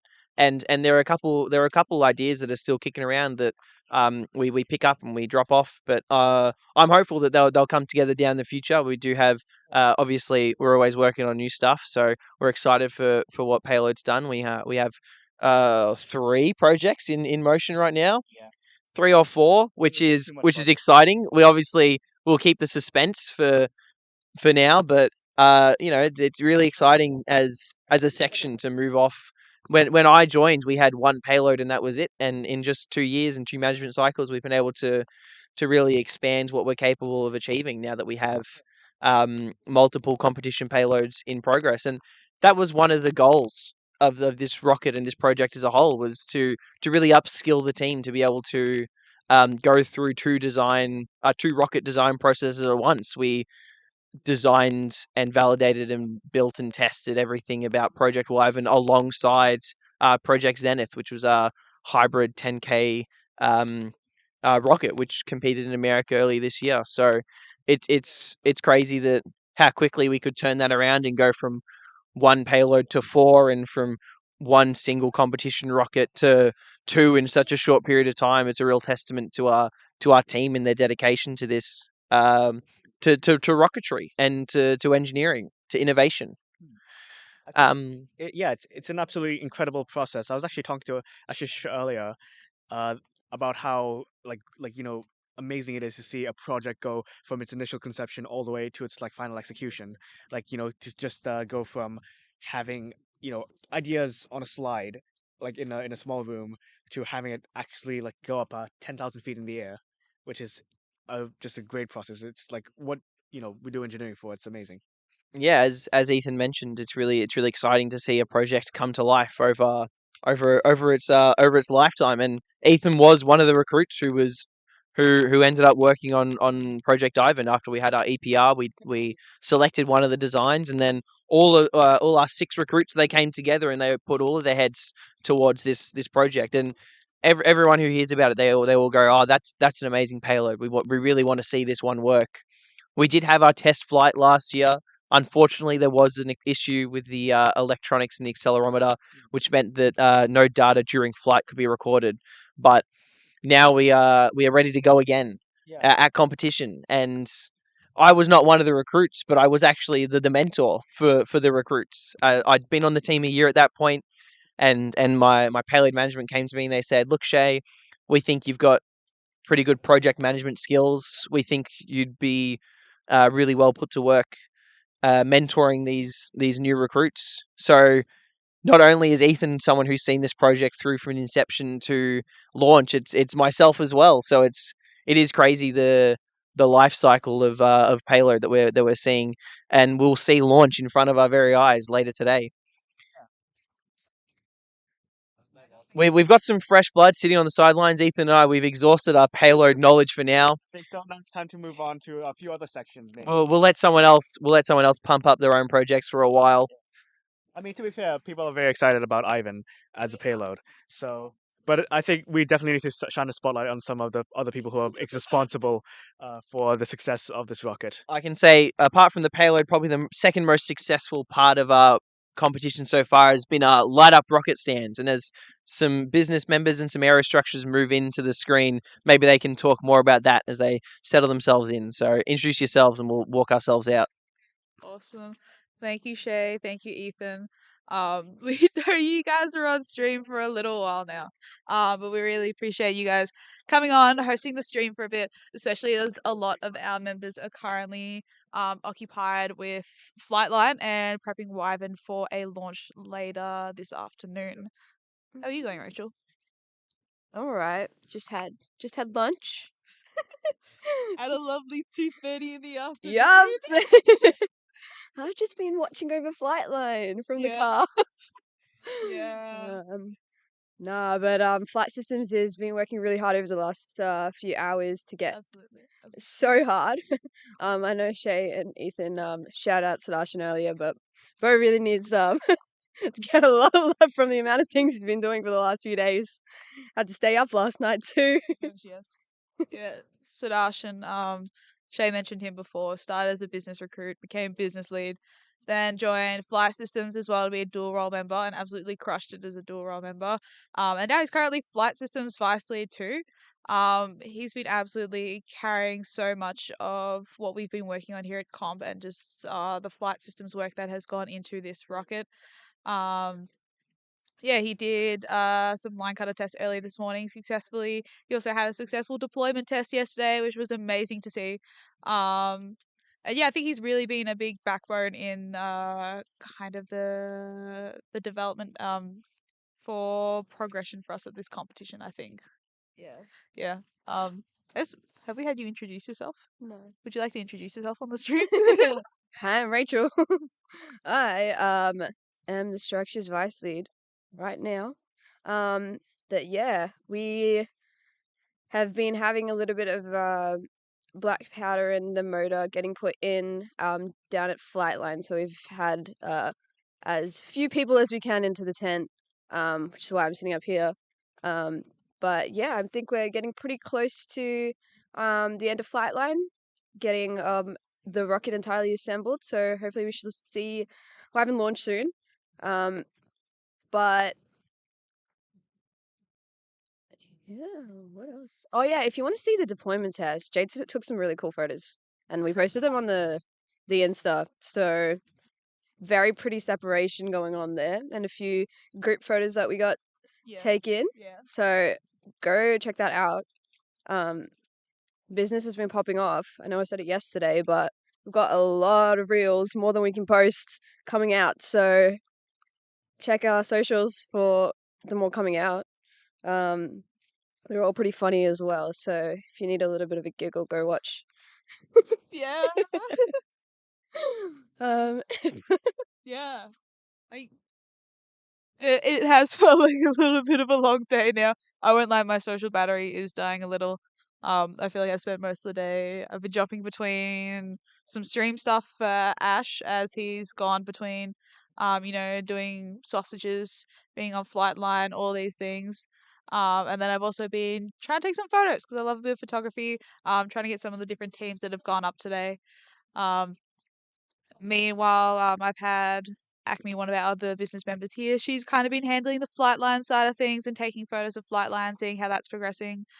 Um, yeah, you mostly just been observing flight line for the day. yep, been napping, but and eating lollies.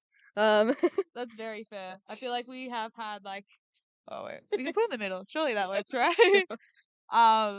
Yeah, it's been definitely a bit of a tiring comp as well. I think that's comes with any comp those. Yeah, for sure.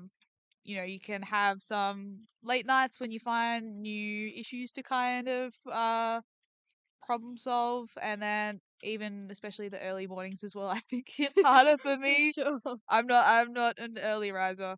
Um, but yeah, I think it's been great to see the team come back to this comp and just to have AURC come back in general has been pretty sure. cool.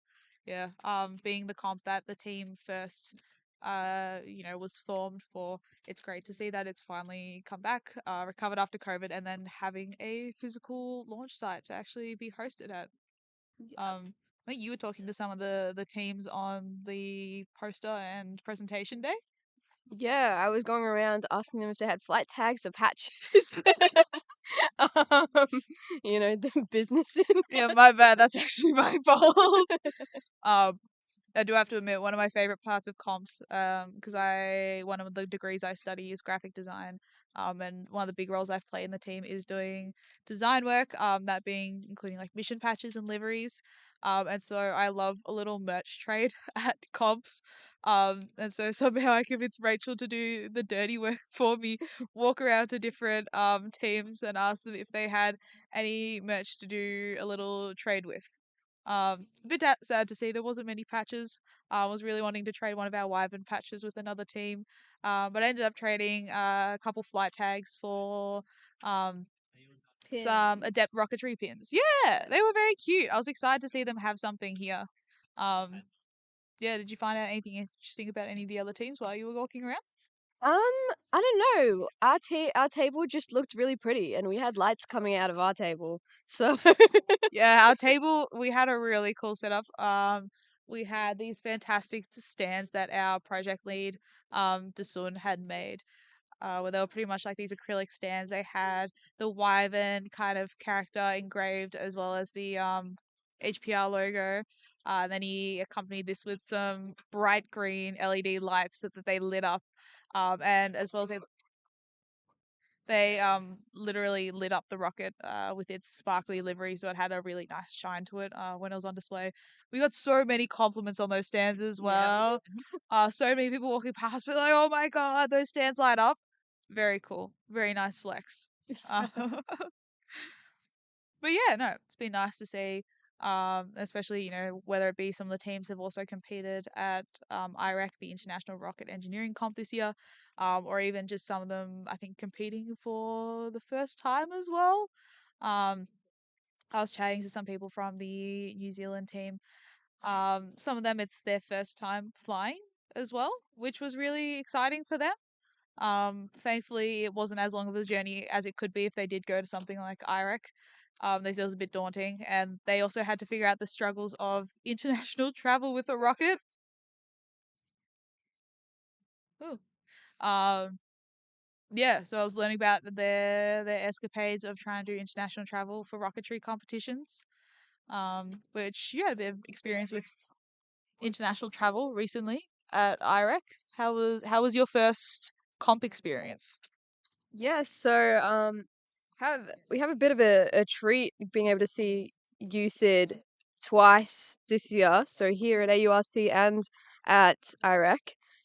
But our travel was it was it was pretty fun. I mean, we had 36 of us from the team, which is a really large amount of us. We took up a large section of the plane. So you look around, you have a HPR member to your left, to your right, in front of you, behind you. And there was a point where basically everyone was trying to beat this one game. I think it was Piggy Jump, and no one could beat level 4. And so at some point they were trying to backwards engineer it to see if it was actually possible. Typical of engineers, obviously, because they find something that they can't crack, they're going to try and crack it anyway. And so that happened on the first 2 flights, which were a total of like more than 20 hours worth of flights. And they were trying to work it out for like the entirety of both flights and on the way back. But on the way to Midlands, we had the 2 flights, and then we drove 5 hours from Dallas out.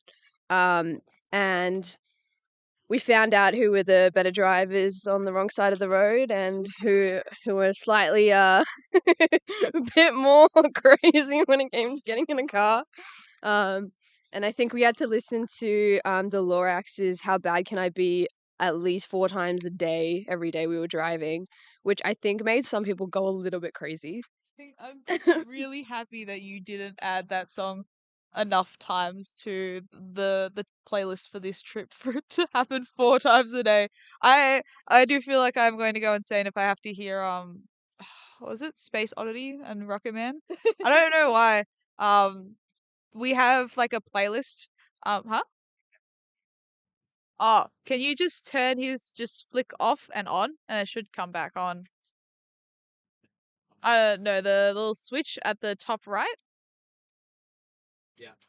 Off. Yep. Yep. And then look on the screen. Did it work? No. Ah, Rachel, hold the mic. All right. Thank you. Jay's gonna go figure out why we have some technical difficulties on the camera.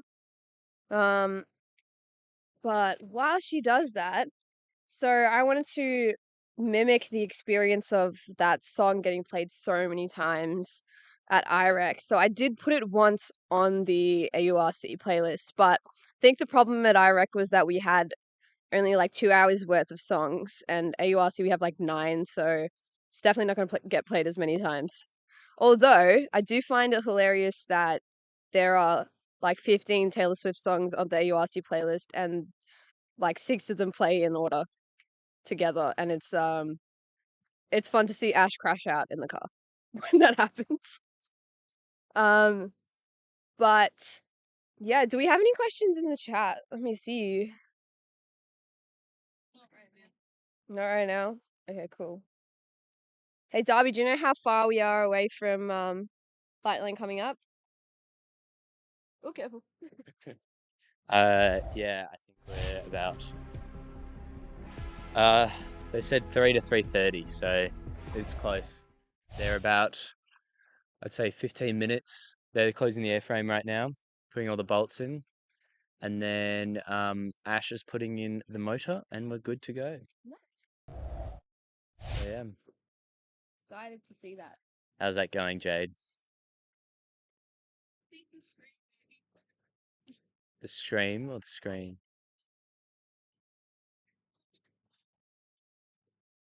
Hello. On the actual feed, are we going? Yeah. It's not you. It's see right now. Something that's broke on.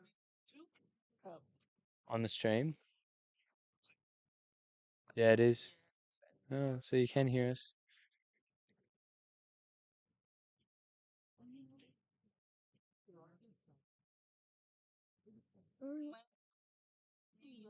Keep talking. Yep. Well, yeah, it's been pretty good. All the last little launch session we had was made me nervous for our launch because some people did well and some people. What was my glasses gone? Oh, I think they're on the table. Some people not not as much. So yeah, it'd be good to launch today and just be able to relax tonight. Yeah. I don't know.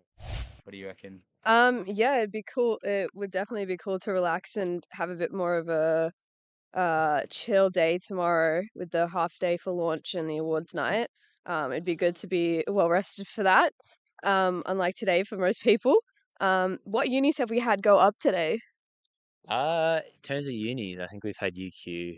I think we've had UAC, so the New Zealand team, and RMIT has also gone up. I believe that's it.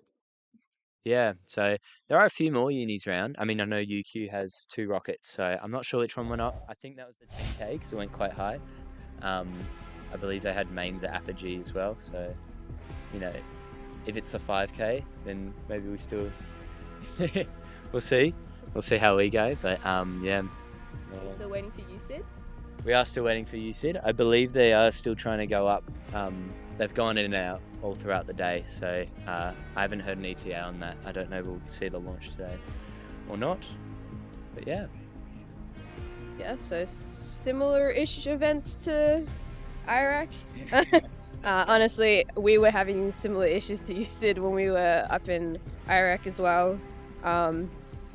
Having a few troubles on the pad that lasted a few days, but we did get to see UCID go up because they did in fact win, so hopefully we get to see a really cool flight again this time alongside ours, hopefully with a few less issues too, but yeah, overall we did get to sort a lot of them out last night, which is why everyone slept so late.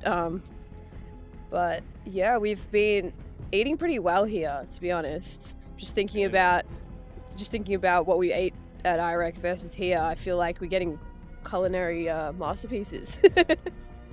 No, our Dasun, our project lead, has done a very good job on the logistics side, and Amy as well on the operations side to do with Flightline and stuff. But yeah, Dasun's treated us very well with the food. We haven't had a bad meal yet. We've always have too much food, so much so that we just ate leftovers last night, just because we couldn't be bothered cooking. And even though we had a meal ready, we've got way too many snags, and we also have a lot of Zupa Dupas. Actually, do you want a Zupa Dupa? Yeah. Okay, I'll be right back. You guys like one? Any-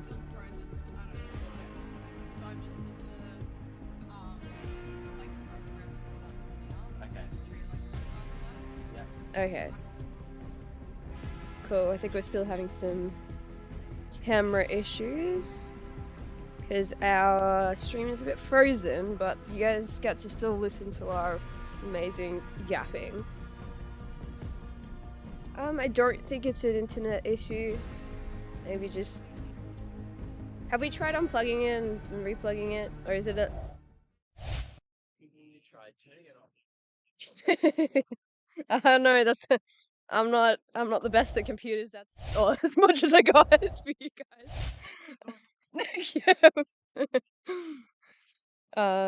But yeah. Raspberry one, please. Thank you. I'm sure I can help. Super duper flavors. I don't know. In general, oranges. I feel like orange flavored lollies and things are just not that great. I don't know. Could just be me.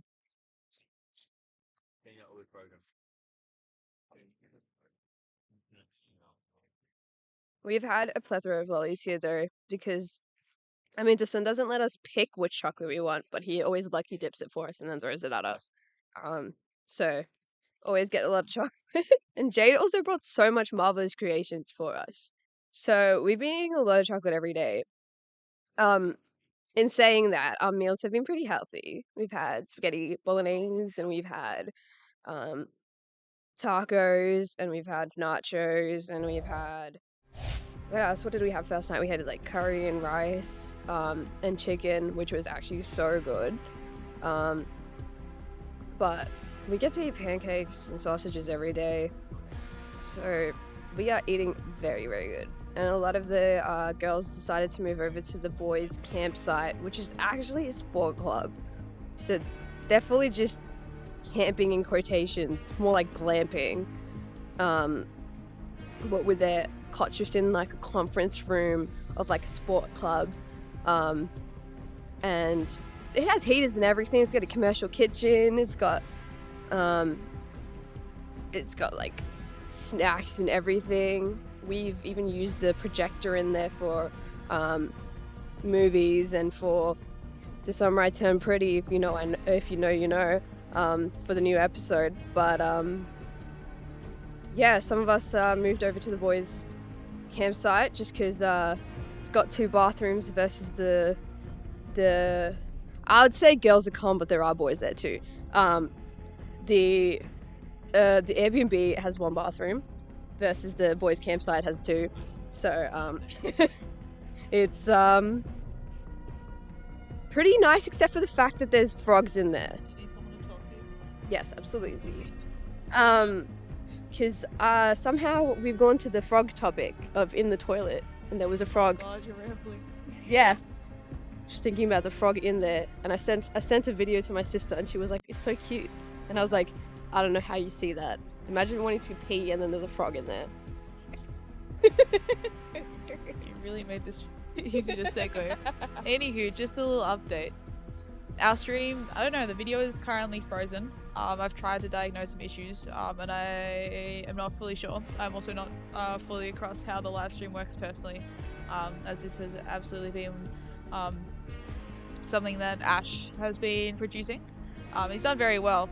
I just don't know how to fix this one bit. So for now, we are going podcast mode, and I put the little like progress table up so that you are not staring at mine and Rachel's frozen faces. Yeah, back to the toilet frog, I guess. The accommodations here in White Cliffs have been really nice. They've been great places to stay. There is obviously the one with the bathrooms, but they've been pretty nice, and they haven't been in the women's bathrooms, and they haven't disturbed me, so I'm fine. And yeah, the actual rooms itself has been really great for a team to stay. It's something that's been affordable for us because obviously we can't pay for like the fanciest things ever, being student teams. But no, it's been really good. I went outside last night and tried to do some astrophotography, so I was trying to get photos of the stars. And even though there was, there was the lights of the actual, I guess we call them campers because they were supposed to camp, but they're not really camping. They just have like camp cots inside of a gymnasium. Despite the lights of the building being on, I was still able to get really nice photos. Like there isn't much light pollution out here in White Cliffs, which has been really nice. You can get a really clear view of the stars, and even the Milky Way. You can see when you look up, there's a big white patch, and you can see that's the Emu constellation, and you can see it really clearly. And so it was really fun last night to go outside and take some photos.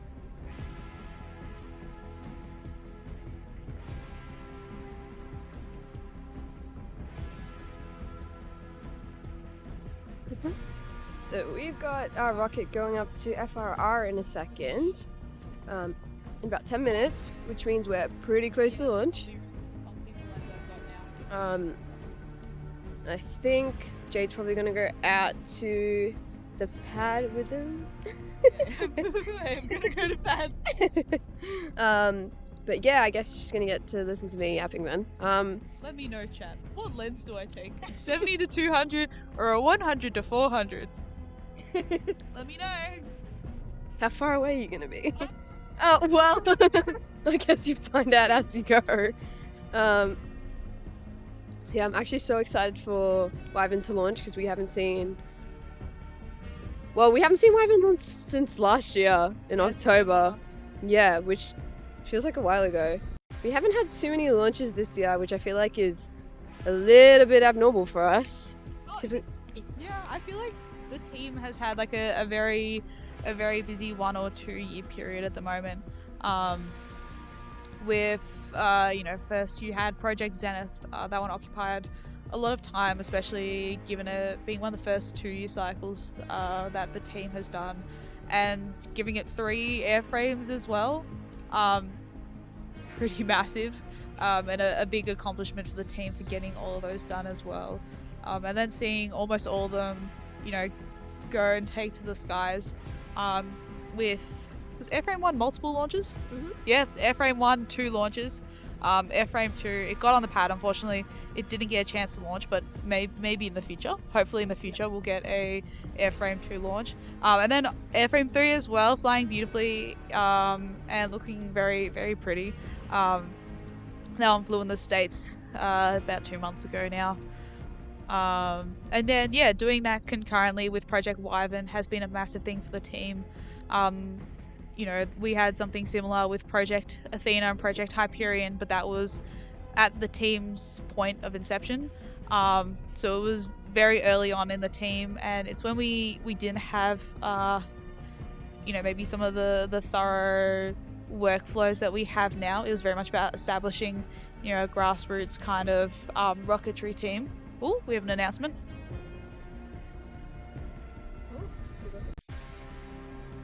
We have 2 rockets on pad now. I don't think you guys can see them. Nope. Darby's looking concerningly at the laptop.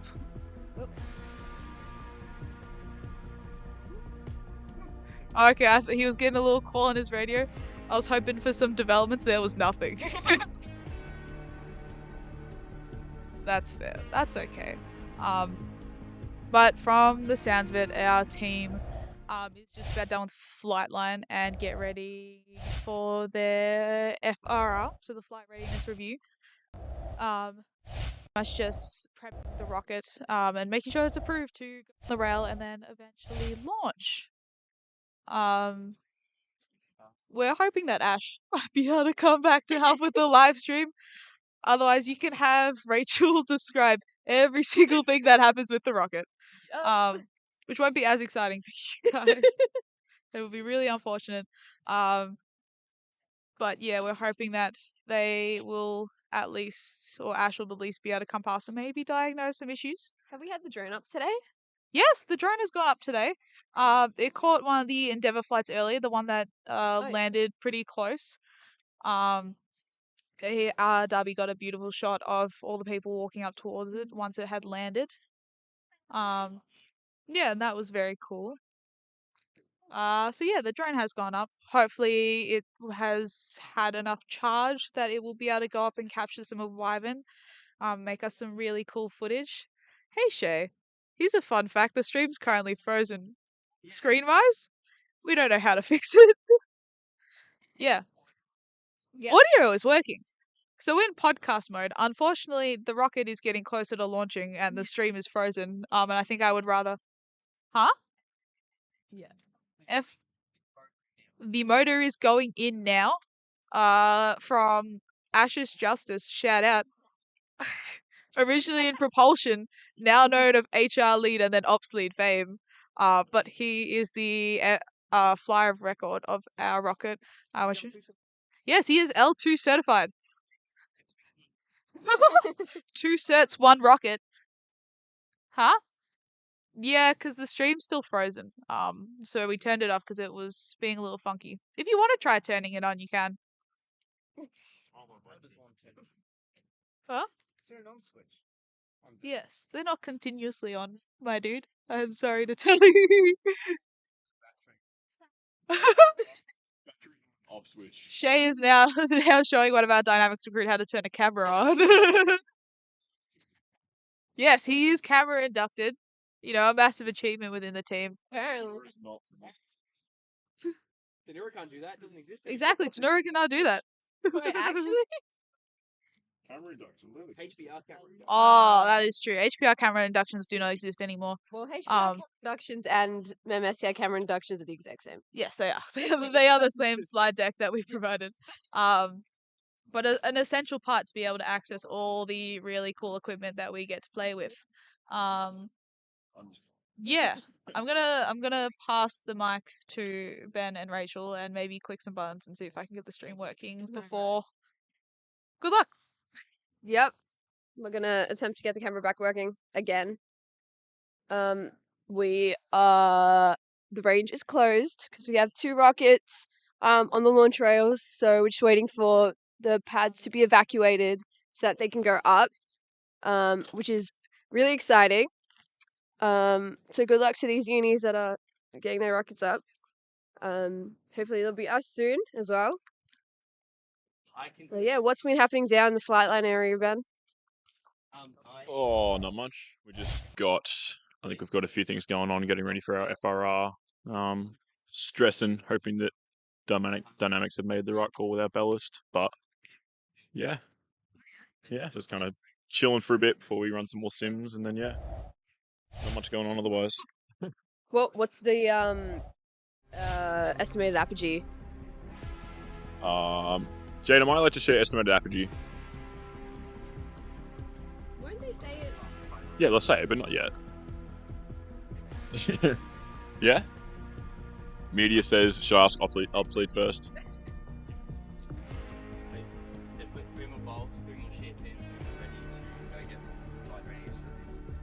Can I share estimated apogee? Darby, Can I, share the estimated apogee on the street? or not yet? Yeah, 5,000.0, I believe, is what we send on Saturn. We're good, but we're not that good yet.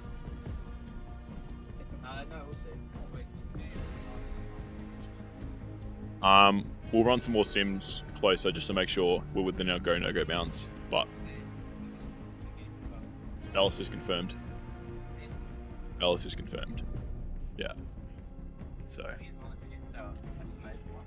I'm not sure. I'm not sure how that works because I imagine that gives us like some engineering points because like obviously for simulations, but then for just in terms of actually getting to the target apogee, it'd be different. So I'm not too sure. This is my first call. I believe I've got some rockets going up soon though. I think there's two rails down. Looks like rail 1 is up. And rail 5, I want to say. Yeah, rail 5. No clue what unis they are. Yeah, what happened to the other mics? Or did they die? So butter knife. Where's Butter Mike? Knife Mike? Where have all the Michaels disappeared to? You said one. Butterphone. Dog on the butter, it's a butter dog.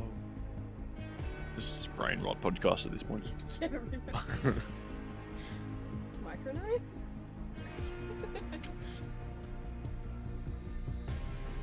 Knife phone. Oh no. Darby's breaking the stream system. Wonderful lose stream again. We're gonna have less than audio soon. We could cut out any. Do you reckon if I unplug the outer mini, plug it back in on the laptop, it'll break everything down? I have no idea what any of that means. Yeah, try it. Alright.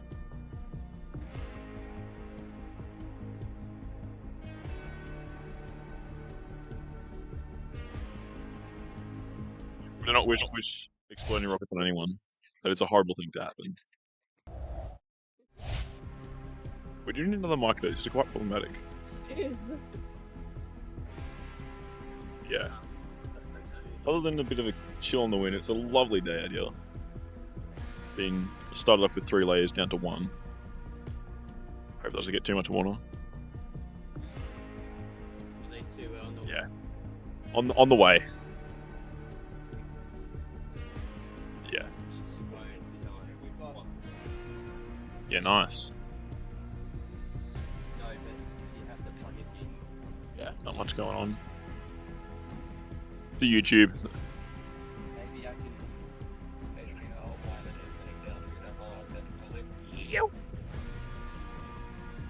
Our rocket heading down to FRR as confirmed by Ash Justice. I believe that was Ash.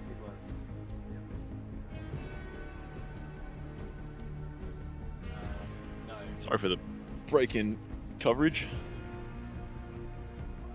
Still some rockets going on. I think the range is still orange. I don't know about red yet. Let's go have a look. It's gone into a wander. Acme's on the phone. Jade's camera ready. Our range is red, which means we should have some rocket launches soon. When we have more info on what units they are, we'll let you know. Do we know how many viewers we have at the moment? I have no idea what's going on. Yeah. Oh, we have the camera. Or is that from earlier? Oh, we don't have a camera? Or is it just frame?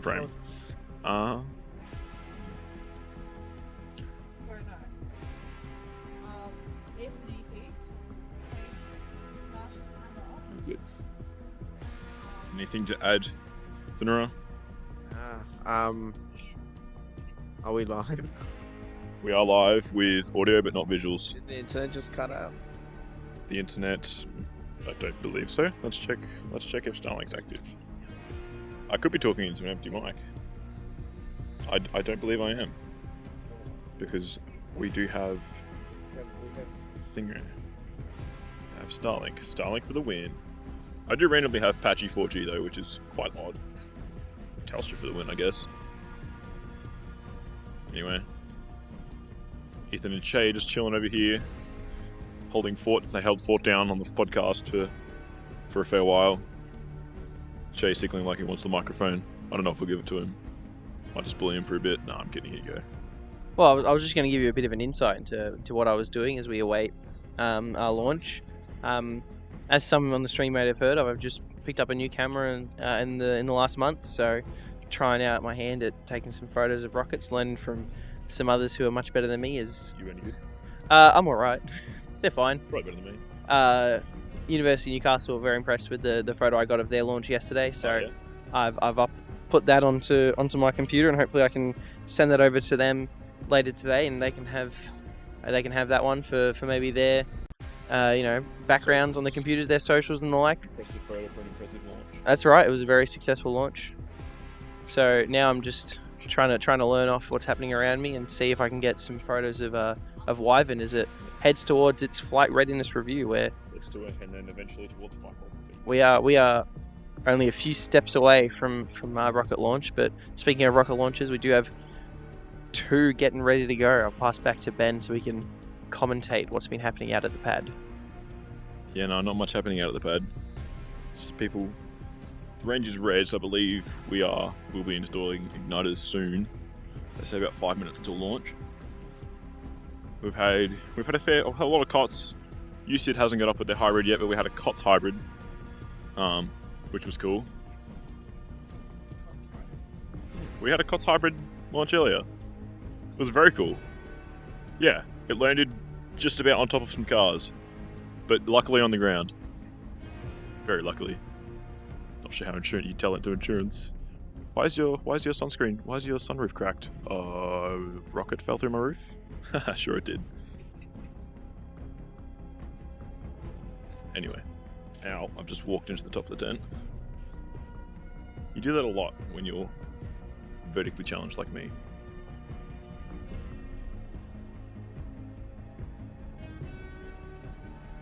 Alright, I have been called. Ben has been asked to come and unlock the car, as he's a busy man who a busy man who can drive. He might be vertically challenged, but he's not horizontally challenged, as he can handle the rough terrain or trying to drive out up here to White Cliffs and our launch site with Endeavour. A big shout out to them for helping set up this whole competition for us. We appreciate all the efforts of not just Endeavour, but also AURC and the rest of AURC. The rocket is, as I'm just being told, being loaded into the Ranger, the one of our 4-wheel drives that we are able to borrow from university. We're very gracious for that. So they'll be driving over to our flight readiness review, the last check before it goes out to the pad. We'd love to be able to bring you footage of that when it happens, but I'm still uncertain of timelines for our stream, so we'll keep it audio only for now. I'm sure the smooth sounds of my voice, which has been hard at work over the past couple of hours keeping you entertained, will continue to do so. Thank you very much, Sid. We've got a lot of support for our live stream from our lovely HPR residents here. Speaking of, I see a Sheesh Justice who's making his way over. He looks like a busy man who's ready to fix all of our problems again. What a legend he is. I will now sit down so that he can have something for the camera to look at while he... Alright, there is no camera for him to look through at me. But imagine that I am back. the cameras, so they can all still hear you, right? The stream is still up and running, audio only, the podcast version. That's fine. All you have to do there, disconnect. Undo power. Connecting this camera right now. Which one? No, put the options for the camera back on. What? Leave it back there. Hey, put it back in. Sorry. We've got some cameras being switched around. There's a bit of Leave the options in, keep it on, and make it operate as usual. movement as we adjust all of our components to bring you our stream. And Sid's coming to sit next to me as he brings out his Yagi for our GPS tracking, which will be very handy in about 30 minutes after we've launched. I'm the only one that's seen the issue before. I'm going to move out of the way of this tent while everyone else sets up and I can go relax a bit further away. Tanura's just been handed a massive camera that he has no right holding. He's got no idea what he's doing. Just be careful with that one, Tanura. Yeah, I'd recommend that too. That'd be my course of action. Now here we have someone who's sitting next to me who probably you would have heard a lot about but not heard much from. We might get a quick word from him. He's been a very busy man. Welcome to the podcast, aka stream. Kwan, how are you going today? I'm so Camera's tired. back on. Maybe B. Go sit in front of the camera again. Go for it. Well, I can leave Kwan as he is. He rests. Go for it. You do your thing. I'm gonna have a camera over there.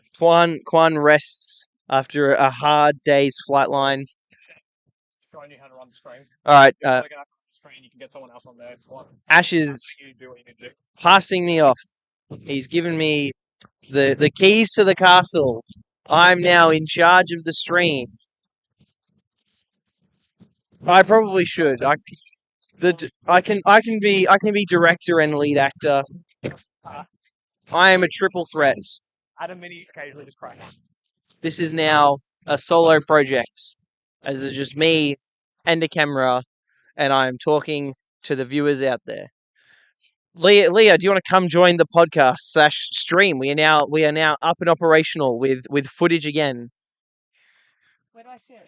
Please take a sit on my left. We have a single microphone, a single camera, and I've been told how everything runs, and now I'm in charge.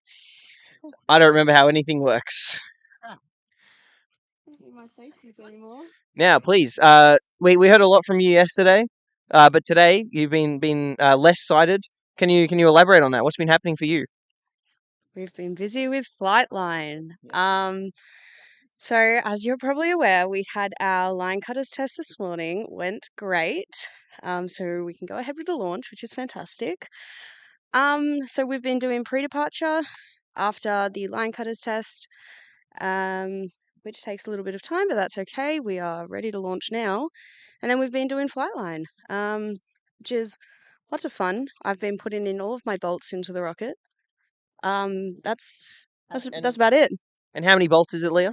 It is 20 bolts. 20 I'm bolts. very excited about my 20 bolts and 2 nuts. And I helped with the 3 shear pins. They were taken off me and given to Flight Systems, but it was more of a joint effort today. So that was very exciting. And then I transported the rocket down to the readiness review, which it passed. And now we are waiting in line to go to pad.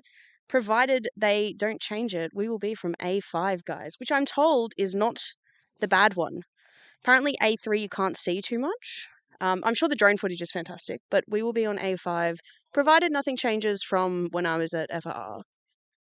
For those who've been following us all day, A3 is the pad that, from our point of view, is behind a couple trees. But if I look over my left shoulder, I can see A5 basically directly behind us. So our little setup here, our little crew under the tent will have a very spectacular view of our launch. And as Leah mentioned, we are just waiting in line. Range is currently closed. We have 2 rockets out on the pad. Those ones will be going up first, and then we can get out there for the last, what I believe has been called the last salvo of the day. So we're sneaking it in. The range, the waiver does close at 4 p.m, so we are still about 40 minutes away from that. So lots of time for pad operations to commence and then be completed. And we'll bring you updates from the pad as that happens. Speaking of, we have an announcement, and we're going to start bringing out some more rockets. So I'm going to see if I can figure out how to swap cameras Who knows if I can? I'm going to move the mic over to Leah, who will begin her conversation about the rockets. I haven't been listening to announcements all day, so I have no clue what is happening right now. I'm probably the worst person to have handed this mic to. I've been stuck in a tent all day. So, guys, I'm really excited as you to find out what rockets we're launching. I will say, we do have guest star Bronto. Bronto, would you like to say anything? Man, a few words. Actually, I should say woman, a few words. This is Bethany Bronto. Sorry. Bronto is the colloquial term. How are you going? How's the wind speeds looking? We have locked in the ballast. Looking pretty good. We're looking about half of what our no-go bounds are, which is good. But I believe having some rockets launched, so we'll cut to that. I think we are about to have a rocket launch. So, once again, if you guys were tuning in on the first day, I actually commentated the first launch of the competition. So, get ready for my amazing commentary again. 15 seconds, guys. 15 seconds or minutes? I sure hope 15 seconds. 8, 7, 6, 5, 4, 3, 2, 1.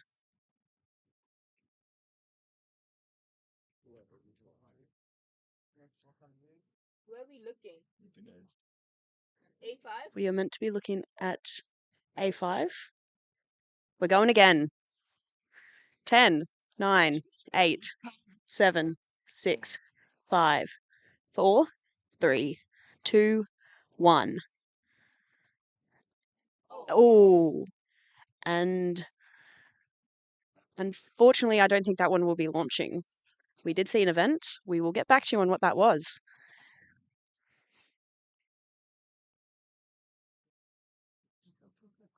Do we know what rocket that was? Is that a motor failure or is that something else? We are now looking at pad A1.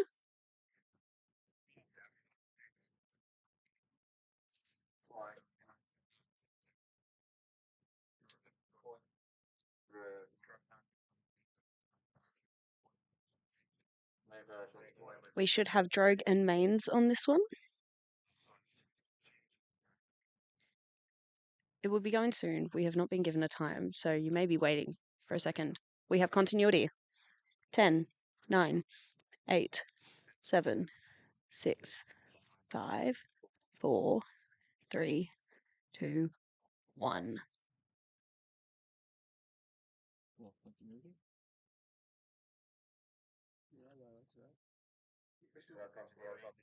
We still have continuity. We're going again. 4, 3, 2, 1.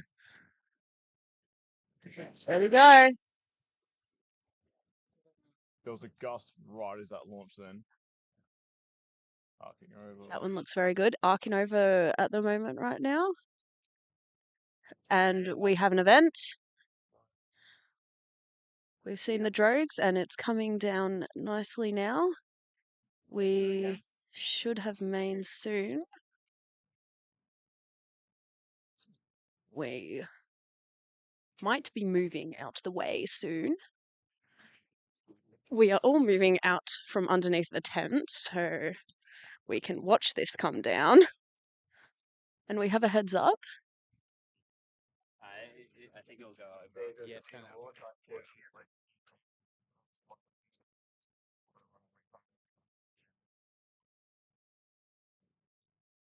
And we are just waiting for the rocket to land. Just before we go back on the range, just because where it's located. Is that mains at Apogee? It's not the main.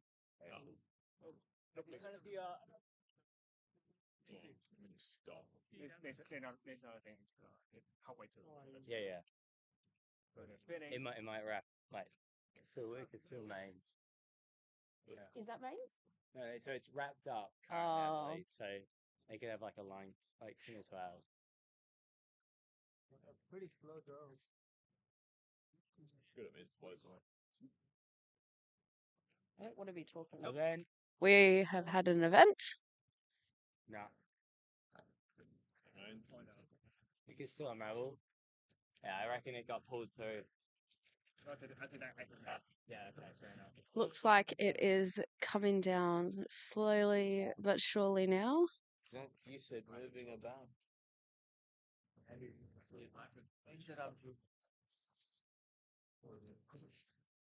Still coming down, not long to go. Not too far away, which is always nice.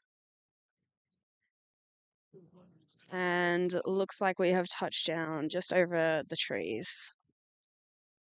What a nice launch.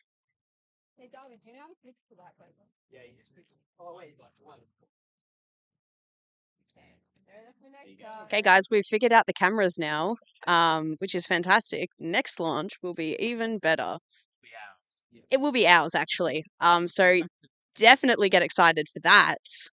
Who am I guest starring with, guys? Darby, you're a fan favorite. Let's you can yap for a moment. Just hope this battery doesn't die. That would be 4.9. 4.9. We don't have long left. It's okay. We will keep the stream going for our launch, guys. If it is the last thing we do. I believe 12.7 volts on a lithium ions, 0. We are talking about batteries at the moment. Lithium polymer. Sorry. Still no. Yeah, I'm pretty sure. It's like that's when it runs all the way down. It goes from 13.2 down to 12.7. It's like its life cycle. Right. That's what I believe. Anyway, oh, hello. Oh, is it back on us? Yeah. Yeah. Well, hopefully. Oh no.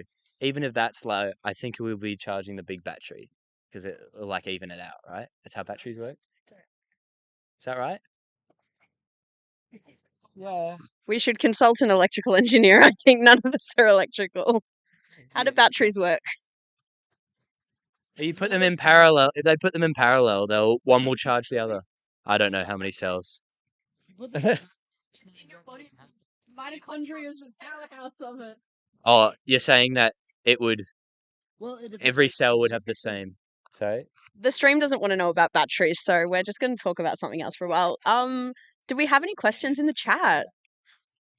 Oh, okay. Unfortunately, we can't see the chat, but we can find the chat. So guys, we just finished and passed our flight readiness review. We are down at the tent in the rain. Oh, range is going out. Range is going out, guys. Yep. A5. Can we is that already on A5? I don't know. A5, perfect. Yeah, it is. Okay, click it on 2 and you'll see our team going up. This is exciting. Very excited. How are you guys feeling? How's the team feeling? The team is very excited. It has been a stressful few days. A lot of sleepless nights, but it's more than 2 sleepless nights. But we are all very excited. Looks like Dynamics is coming to tell us some things. Okay, good. I think that's all right. Just leave it, monitor it. I mean, they have their own system to yeah. Just getting some telemetry back about the weather. Seems all right. Wind's dying. Wind's dying down. This is pretty good wind, Yeah. in my opinion. So yeah, it stays like this will be fine. And the best part is if it's like if we can't go today, we've completely done everything in the rocket. We can just leave it all disarmed, leave it overnight. Pretty sure. Yeah, we can leave it in here at the tent, at the safety tent. I don't have my additional support rocket. How do I turn this on? So yeah. Anyway, how many stream people do we have on the stream currently? That'll be sad to know. Have we done an announcement in the channel that we're going now? I can do that right now. Can you multitask? Yeah. No, I'm really bad at it. So Darby can't multitask, but he's currently announced into HPR that we are launching now, or soon, not now. Teams are currently on pads, so we will be a while, but we are coming up. 24 people. Guys, okay. Bronto is my baby. I did say this earlier today, but it was a while ago. It actually seems like it was a different day. Maybe it was. Who knows? I'm not sleep deprived. This is Bronto. He has, or she has, an adorable little shirt. It says "Future Monash HPR Recruit." So we're very excited for Bronto to be a recruit. Bronto has been to many launches. Bronto was in the States earlier this year at AURC with Zenith. seem to be on an angle here. That is really confusing hearing myself like 20 seconds ago. I don't think it matters what we look like as long as the rocket looks pretty. Okay, yeah, we're getting some two angles here. So yeah, this is us, our ranger out at pad, which should be good. I'll get my binoculars out and I can tell you exactly what's happening. Get excited for that, guys. Okay, so rocket that went before us, the one that had an event on rack. I don't know. It popped, and then we don't really know what happened. Looked like it popped off. So that is currently getting de-racked. They're gonna have a look at that. We might have an update for you about that one. Who knows? Turn that volume down. Sorry, guys, I'm hearing my own voice back, and it's weirding me out. Yeah. So yeah, we are getting on. Looking at through the binoculars, what we see is our very lovely flight systems vice lead, waiting with Mr. Ajish Justice holding the rocket. We're just waiting for the last rocket to de-rack. That it seems the parachutes are out. So yeah, it seems to have deployed on the pad. Not ours. Not ours. The other rocket we are taking over the rail for. Yeah. Yes, just thought we should clarify that. Do not be alarmed. Wyvern is ready to go. We are all ready for Wyvern to go, and we're all very excited. Yeah, the team, my friend, the team of BWS is watching at your launch as well. Thank you, Ben. He works at BWS. Let me tell my 30 work to 36. That's great. Scott McClay says should launch Bronto in a rocket one day. Yeah. Our next project that could work maybe. Gus Cole says, let's go Wyvern. Thank you, Gus. You've been on the stream many times, so thank you. Johnson, launch it on Zenith when we refly it. We could launch it on Zenith. Bronto should be the first ever HPR pilot. That's funny because Ben doesn't know anything about any of this. Bronto to 30K. Oh. Bronto's getting a lot of love. Yeah. 30 kilometers. So, yeah. is what it says. So, yeah. Interesting. What are we seeing now? They're still waiting. Now, range does close at 4 here, so we are waiting to see. We were told that we may get a stand down in which we could just leave the rocket in not safe mode, but leave it out on the pad. So that's all right if that happens, and we'll launch right at 9 a.m. tomorrow.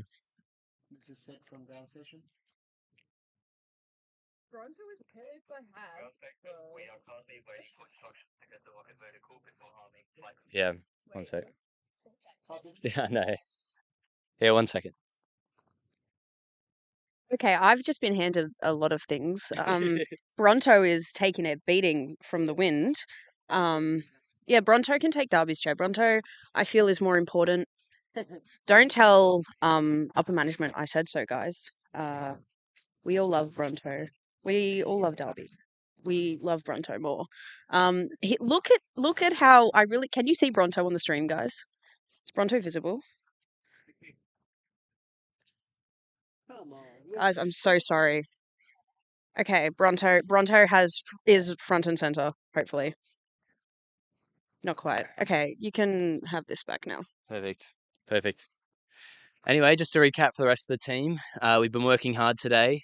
We did a deployment test early yesterday before lunch. and then a line cutters test, which we wanted to run again today, just because it didn't cut how we wanted it exactly. So we did it again. That worked exceptionally well. We then did our pre-departure and flight line throughout the day. We got here at 8 a.m. and it's now 3:30. So we're about to get up on the pad. So the stream link has changed. Our battery box died, so we're currently running off a car battery.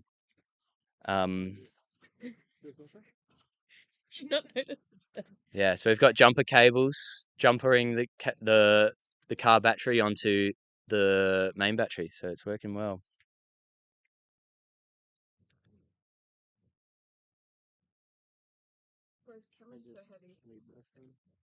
Where is it?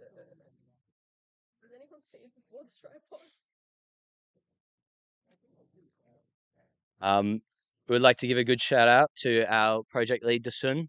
We've been eating very well over the past few days. Scott has been impressed by it. So sorry, MMS. It sounds like we run better trips than you guys. So, yeah. We've been eating really well. We have had curry with chicken schnitzels and rice. We have had spaghetti bolognese. So we've been eating really well. So shout out to Dasun and Amy for organising all of that, because Scott made the best dessert we have ever had. I don't know what was in it. It was fantastic. It was so good. Unfortunately, I don't think we can have more of it because I think we ate it all. Yeah. But it was great. Do you wanna come make an appearance, Scott? How many people do we have live? 48. So a lot of these are HPR members here, Scott. They would love to see you. I think the curry on the first day, yeah, we cooked that in a random park, so it was good. In Hay. Yeah, we had nachos last night. Which one? Just turn it off and on again. If you can't see us, that's Flick it off, flick it on. we just want to see the rocket. Switching to camera 1. Okay, We should be back. Yep, cool. the rocket is more important. Yep, can you hold that for 1 second? I'm just going to check again. Yes. Okay. We're just having another quick look at what is happening at pad. Range is still open. We do have a green flag still, right? It's not orange. Yes. Okay. We still got a green flag. So they still are doing ops down there, but hopefully, so we will be launching very, very soon. We hope everyone is very excited.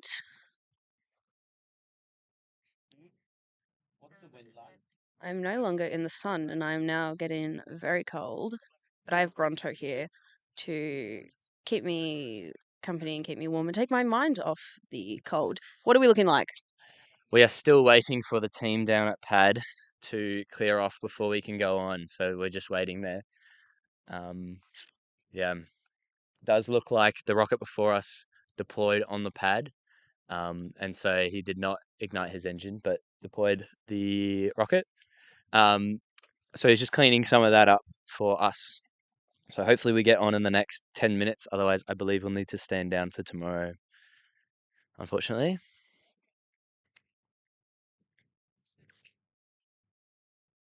But just a recap of today, we've had a few unis launched for those just joining us. We've had, what was our first launch from a uni? We had 5 or 6 launches. University of Hokkaido, the New Zealand team that's here, the only international team here at AURC, launched. Very nominal dual deploy, and that worked. They landed about 100 meters away from the flight line. We had a launch from, actually I have his name on my phone, wherever that is. Sunburnt. Actually, we may be on the pad. Okay, if you don't know, we are now vertical. The very quick turnaround was us finding out from one of our teammates that we are now vertical. So are we on the correct camera? Fantastic. So you guys are no longer looking at us. We are now on pad. Fantastic. Yep. Very excited. Yep, we're on pad. It is going up now. I believe the process is they will leave and 2 people will put the igniters in. You said on pad 1? No, it is not EC. I believe it's UQ. Oh. Orange flag is up. This is good. This means range is closing soon.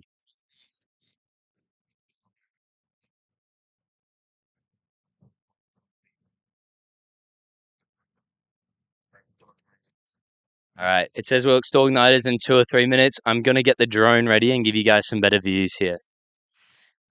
Okay, that means you just have me for commentary.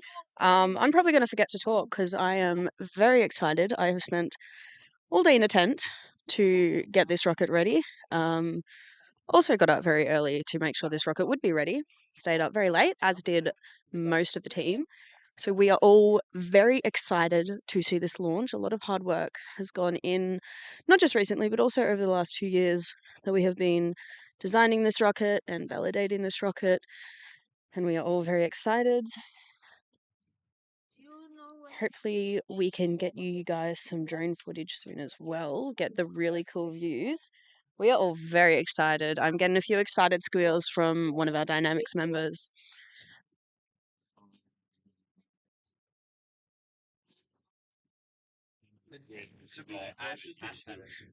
Bronto is also very excited, I should let you know. I know we have some Bronto lovers in the chat. So just know that Bronto here is also probably the most excited out of everyone here. I'm joking, that would be me. Okay, we apparently have, do we have drone footage yet?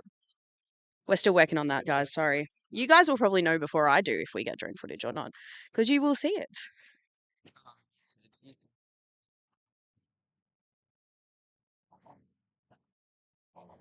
So flight computers aren't. Updates from over our walkie-talkie. This is Shay here. We now have our flight computers armed. We are working towards a GPS lock. We will get an update for you as soon as we have one. We're very excited at the moment. Everyone write that number down. Okay, we are in flight computers, which is fantastic. We've got our avionics crew here as well in the stream tent doing their thing as well. Stream is looking good. And Darby is hoping to get his drone up. So hopefully, rather than the static camera from our spectator area, we can give you the full flight from up in the air. So fingers crossed we put that all together when Ash is out at the pad. We are getting that ready for you now, guys. So stay tuned for that. Definitely, this is not the time to click off the video. This is the time to tell all of your friends to hop on our stream. We are... Payload is armed. Okay, guys, Payload is armed, which is really exciting. You have heard so much about Payload already this trip. Payload is armed. Flight computers are armed. We are ready to go. We are now basically just waiting on range to be closed so we can get this thing in the sky, and we're all very excited. GPS still not locked yet, but it's getting there. Okay, we are working on the GPS. That is the last little piece of this puzzle. We will let you know when we have that. But yes, make sure, tell everyone, all the HPR people currently on the stream, tell everyone in HPR to get on the stream because tell Makerspace. It's a Sunday, actually. Sorry, none of us really know the days of the week right now. But still, text everyone, tell them to get on the stream. This is the only place you can watch this live. So if you want to watch it live, which everyone does, you should tell everyone to get on the stream because it's going to be fantastic. We have made some announcements in the Teams chat about getting on the stream, but make sure you tell everyone else as well. They have the Teams chat muted, which they shouldn't.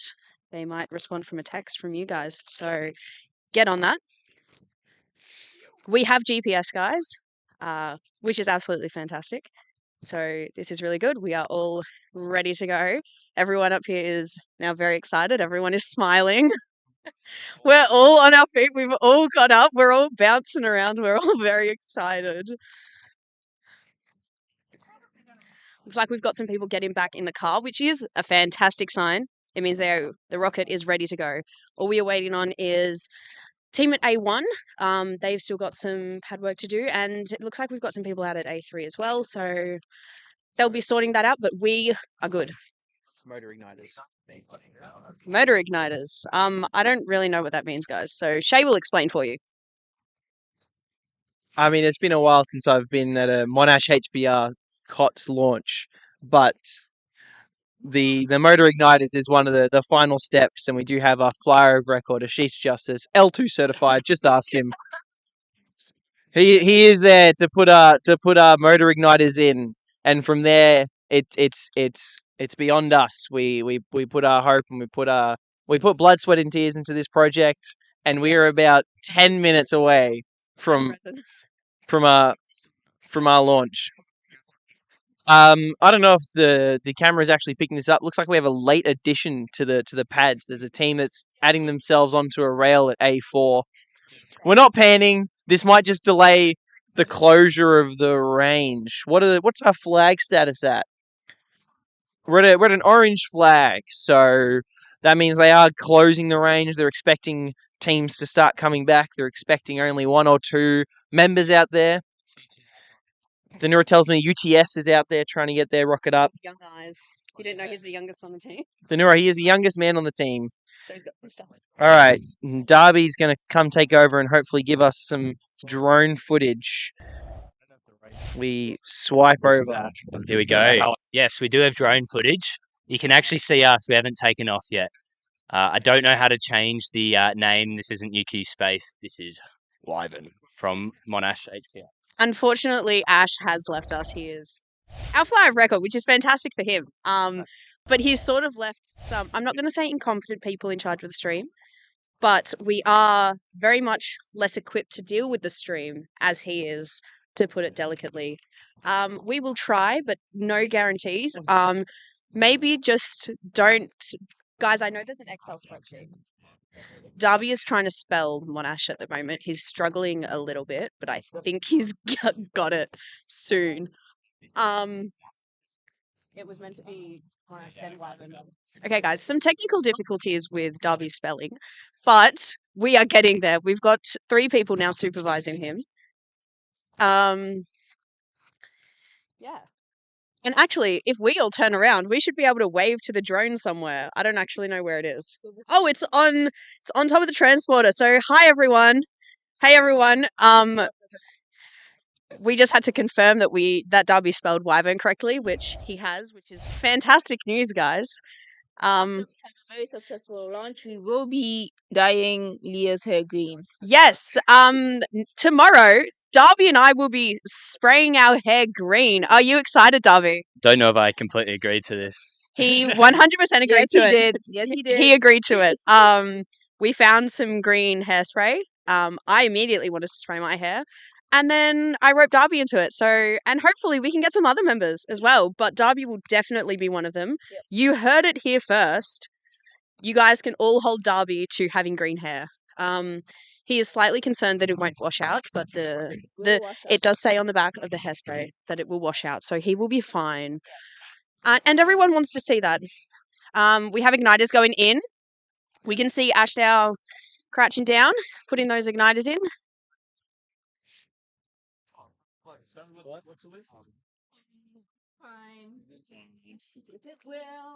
And we are all very excited. This is going to be great. We see some cars leaving the range now as well, which is great. We're just fixing some camera angles for you guys. We are still out there. They are in the process of closing the range, which is fantastic. We now have a red flag, or at least one is going up currently. So that is great news for us. That means we are nearly ready to go. So again, this is your last chance to tell everyone to get on this stream if they want to watch this project be live, go up live. So this is going to be very exciting. None of us can stand still at the moment. We're all sort of just wandering around because we're all so excited for this rocket to go. We're all nervous, but we're all excited. Yeah, you can see the stream. Stream is shaking because Thanura is currently holding the camera in place. But he's young. He can He can do it. We all believe in him. He's got the most important role right now. I am actually lying. That would be Ash who has the most important role right now. Okay, I see some people coming back to the car. That is good. We are leaving pad, which is fantastic. Now we will be on some drone footage. Yes, Darby is on the controls, looking very serious as he gets you guys the best angles that he can.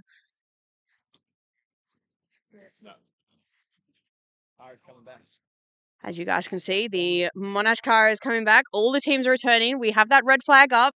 This means people have to return from pad, and we will be launching soon. We don't know what order we are launching in.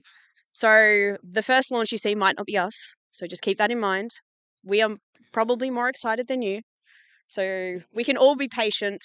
Bronto is being patient. Bronto is being strong. We are going from A1 first. And I really hope they don't go in sequential order because we would be last in that case. But we'll be okay. University of Queensland, guys. We are switching back from Wyvern, going to another university. University of Queensland. Now we're gonna go for it. They have some drogues and mains happening. We are just going to wait for some people to get behind the line into the spectator area. So please just ignore all of the text that is currently on the screen. Darby got a little bit excited in changing that. We are having the University of Queensland first, pad A1. She's doing ours. That was from last time. Yes, pad A1. We are going 5, 4, 3, 2, 1. And we have a rocket launch.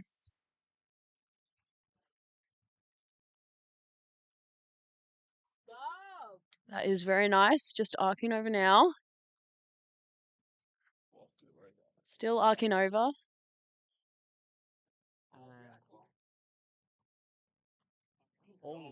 Okay, we just heard that we have A5 next, guys, which is us, but we are still... We're next. Oh, and we have had an event. Please ignore Darby. I'm still commentating this rocket launch that is currently going. We have a rocket coming down now, which is very nice to see. Coming back towards us, which is always exciting. It's very nice. It's a nice bright line with red parachute there, so it's very easy to see. Not a cloud in sight as well, which is also great. Very easy to spot rockets. Looks like it's coming down quite slowly, so we might be waiting a while. Oh, we have our pad team back. Mic. I had a mic on me. Oh, okay. Apparently, Ash had a mic. Who knew? Would have been nice if he could have told us that. I didn't know. I found out over there. Okay, they look like they have run. Wait, that's us? We're next. We are up next. I think I'm still holding the microphone. I was going to talk to someone from pad, but we are going very close now. Not too sure what has happened to University of Queensland. Oh, they are still coming down quite slowly. We are now hearing about our rockets, so we are all very excited about this. I may not be talking very much because I am too busy watching this, unfortunately. Not unfortunately, I'm very excited to be here, guys. We are bunching in. We are all extremely excited about this launch. Yes, we all have our arms around each other. We're all very excited. We can all smile. We're standing here for about 10 minutes while that comes down. Okay. They're launching. 5.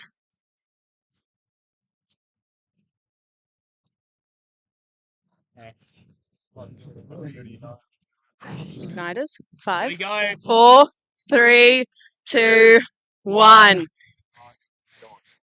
And we're up!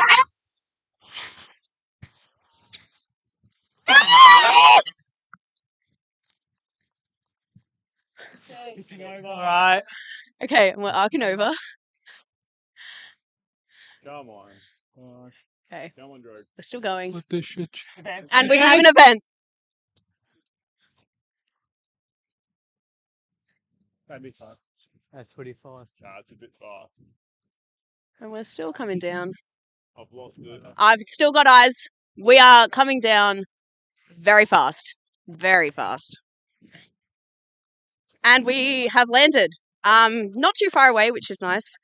We can see it from here. Wait, what? Wait, parachute's in the sky. We've landed. Wait, no, wait, our parachute's right there. That dust is us. It Lewin darted. That dust is us. We are straight across that way. We landed without. Okay. Yeah, it's landed. It was. The hell's Does someone have a shovel? Someone watch the parachutes come. Does someone have a shovel? We do.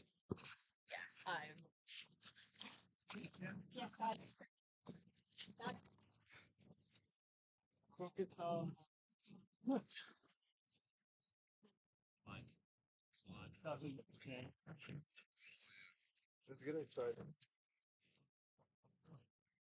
Yeah. Why would they get like so built like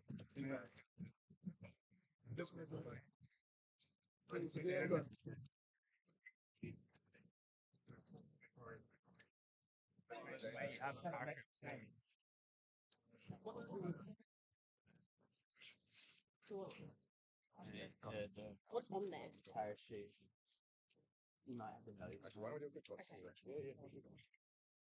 No, because it came down very quickly. Quick box energy with it. Like what you guys thinking right now, kind of thing? Probably not, to be honest.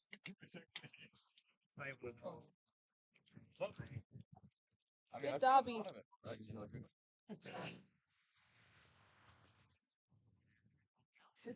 Oh, true, they leaked, yeah. Why are they like no warning sending to them? Yeah, dog. Yeah, 1 second. The GoPro's got some. Oh yeah, true. I forgot the GoPro's down there. Do you have binoculars this way, Joel? Darby did. Oh. They might be on the table if you want to see. You want to talk amongst? Yeah, Where? yeah, I see this.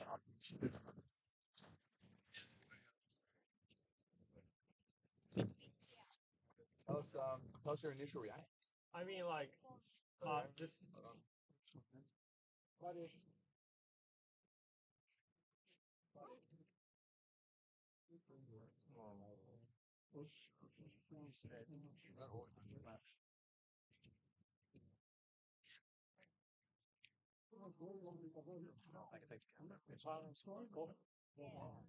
You want to send me?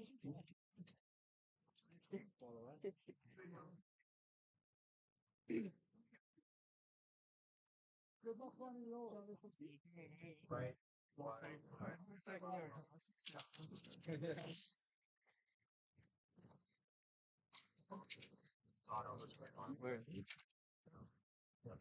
Our suits down yet? Yeah, they're right there. Can it be alone? Can somebody keep somebody keep eyes on that and then find a card for a control like a land like fly? Where are your binoculars? No. I mean, think a rocket go up like and you put so much time into it and just seeing it, do that first step is always like a great experience. I think separated. Even though it's a solid mode, seeing it go straight up, so high, just dive. It's an amazing thing to see every time. Like, never. I think the main thing is that What's your like a lot of binoculars? Yeah, I think we Okay. I think our procedures were excellent. Like guys, that was a beautiful flight. Perfectly straight, great engineering. Hey, that was a beautifully straight flight. Great engineering to all of you. Really had a great experience otherwise, yeah. Anything else you want to add? I mean, these things happen in rocketry, like, I was over there when something's going so fast, Oh, is going that so still high. A1? And you just That's have, still University of Queensland? Oh, wait, so these things are bound to happen. Yeah. I don't. Like, there's always that chance, and unfortunately, that chance didn't hit us. But we can learn from this. Make sure it doesn't happen again. Just keep building rockets. There wasn't a thing. I love it, man. That's such a great positive note. I think it says a lot about your character. You're taking it so well, and you're setting a good example for your team. And thank you so much. Appreciate it. Awesome. How are you feeling? Well, okay, this is the first HPR launch that I've seen, Can guys. I- So can I I'm trust still you to back up? excited. You've got a quick moment. Look up. I'll stick to my thing and I'll run the strength for this one. Pack up everything. Things related to that. Like, you can your my laptop and my bag. I'll trust you. Fine. Okay. This is just how it is. You'll get all the things for you. Yep. Yeah. Okay, do you guys see the trees that are closer together than the other ones? Roughly. Last ping was. Last ping was wild. No, as in. So we all just follow respectfully. Going to be walking actually. Myself, Amy, Dawson,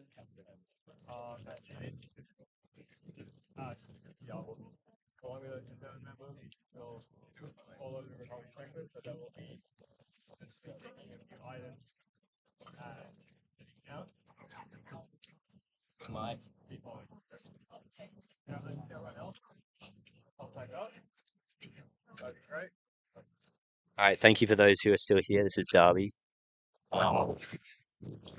Yeah, we did not see the. We'll report back. We'll report back. But we are ending stream now.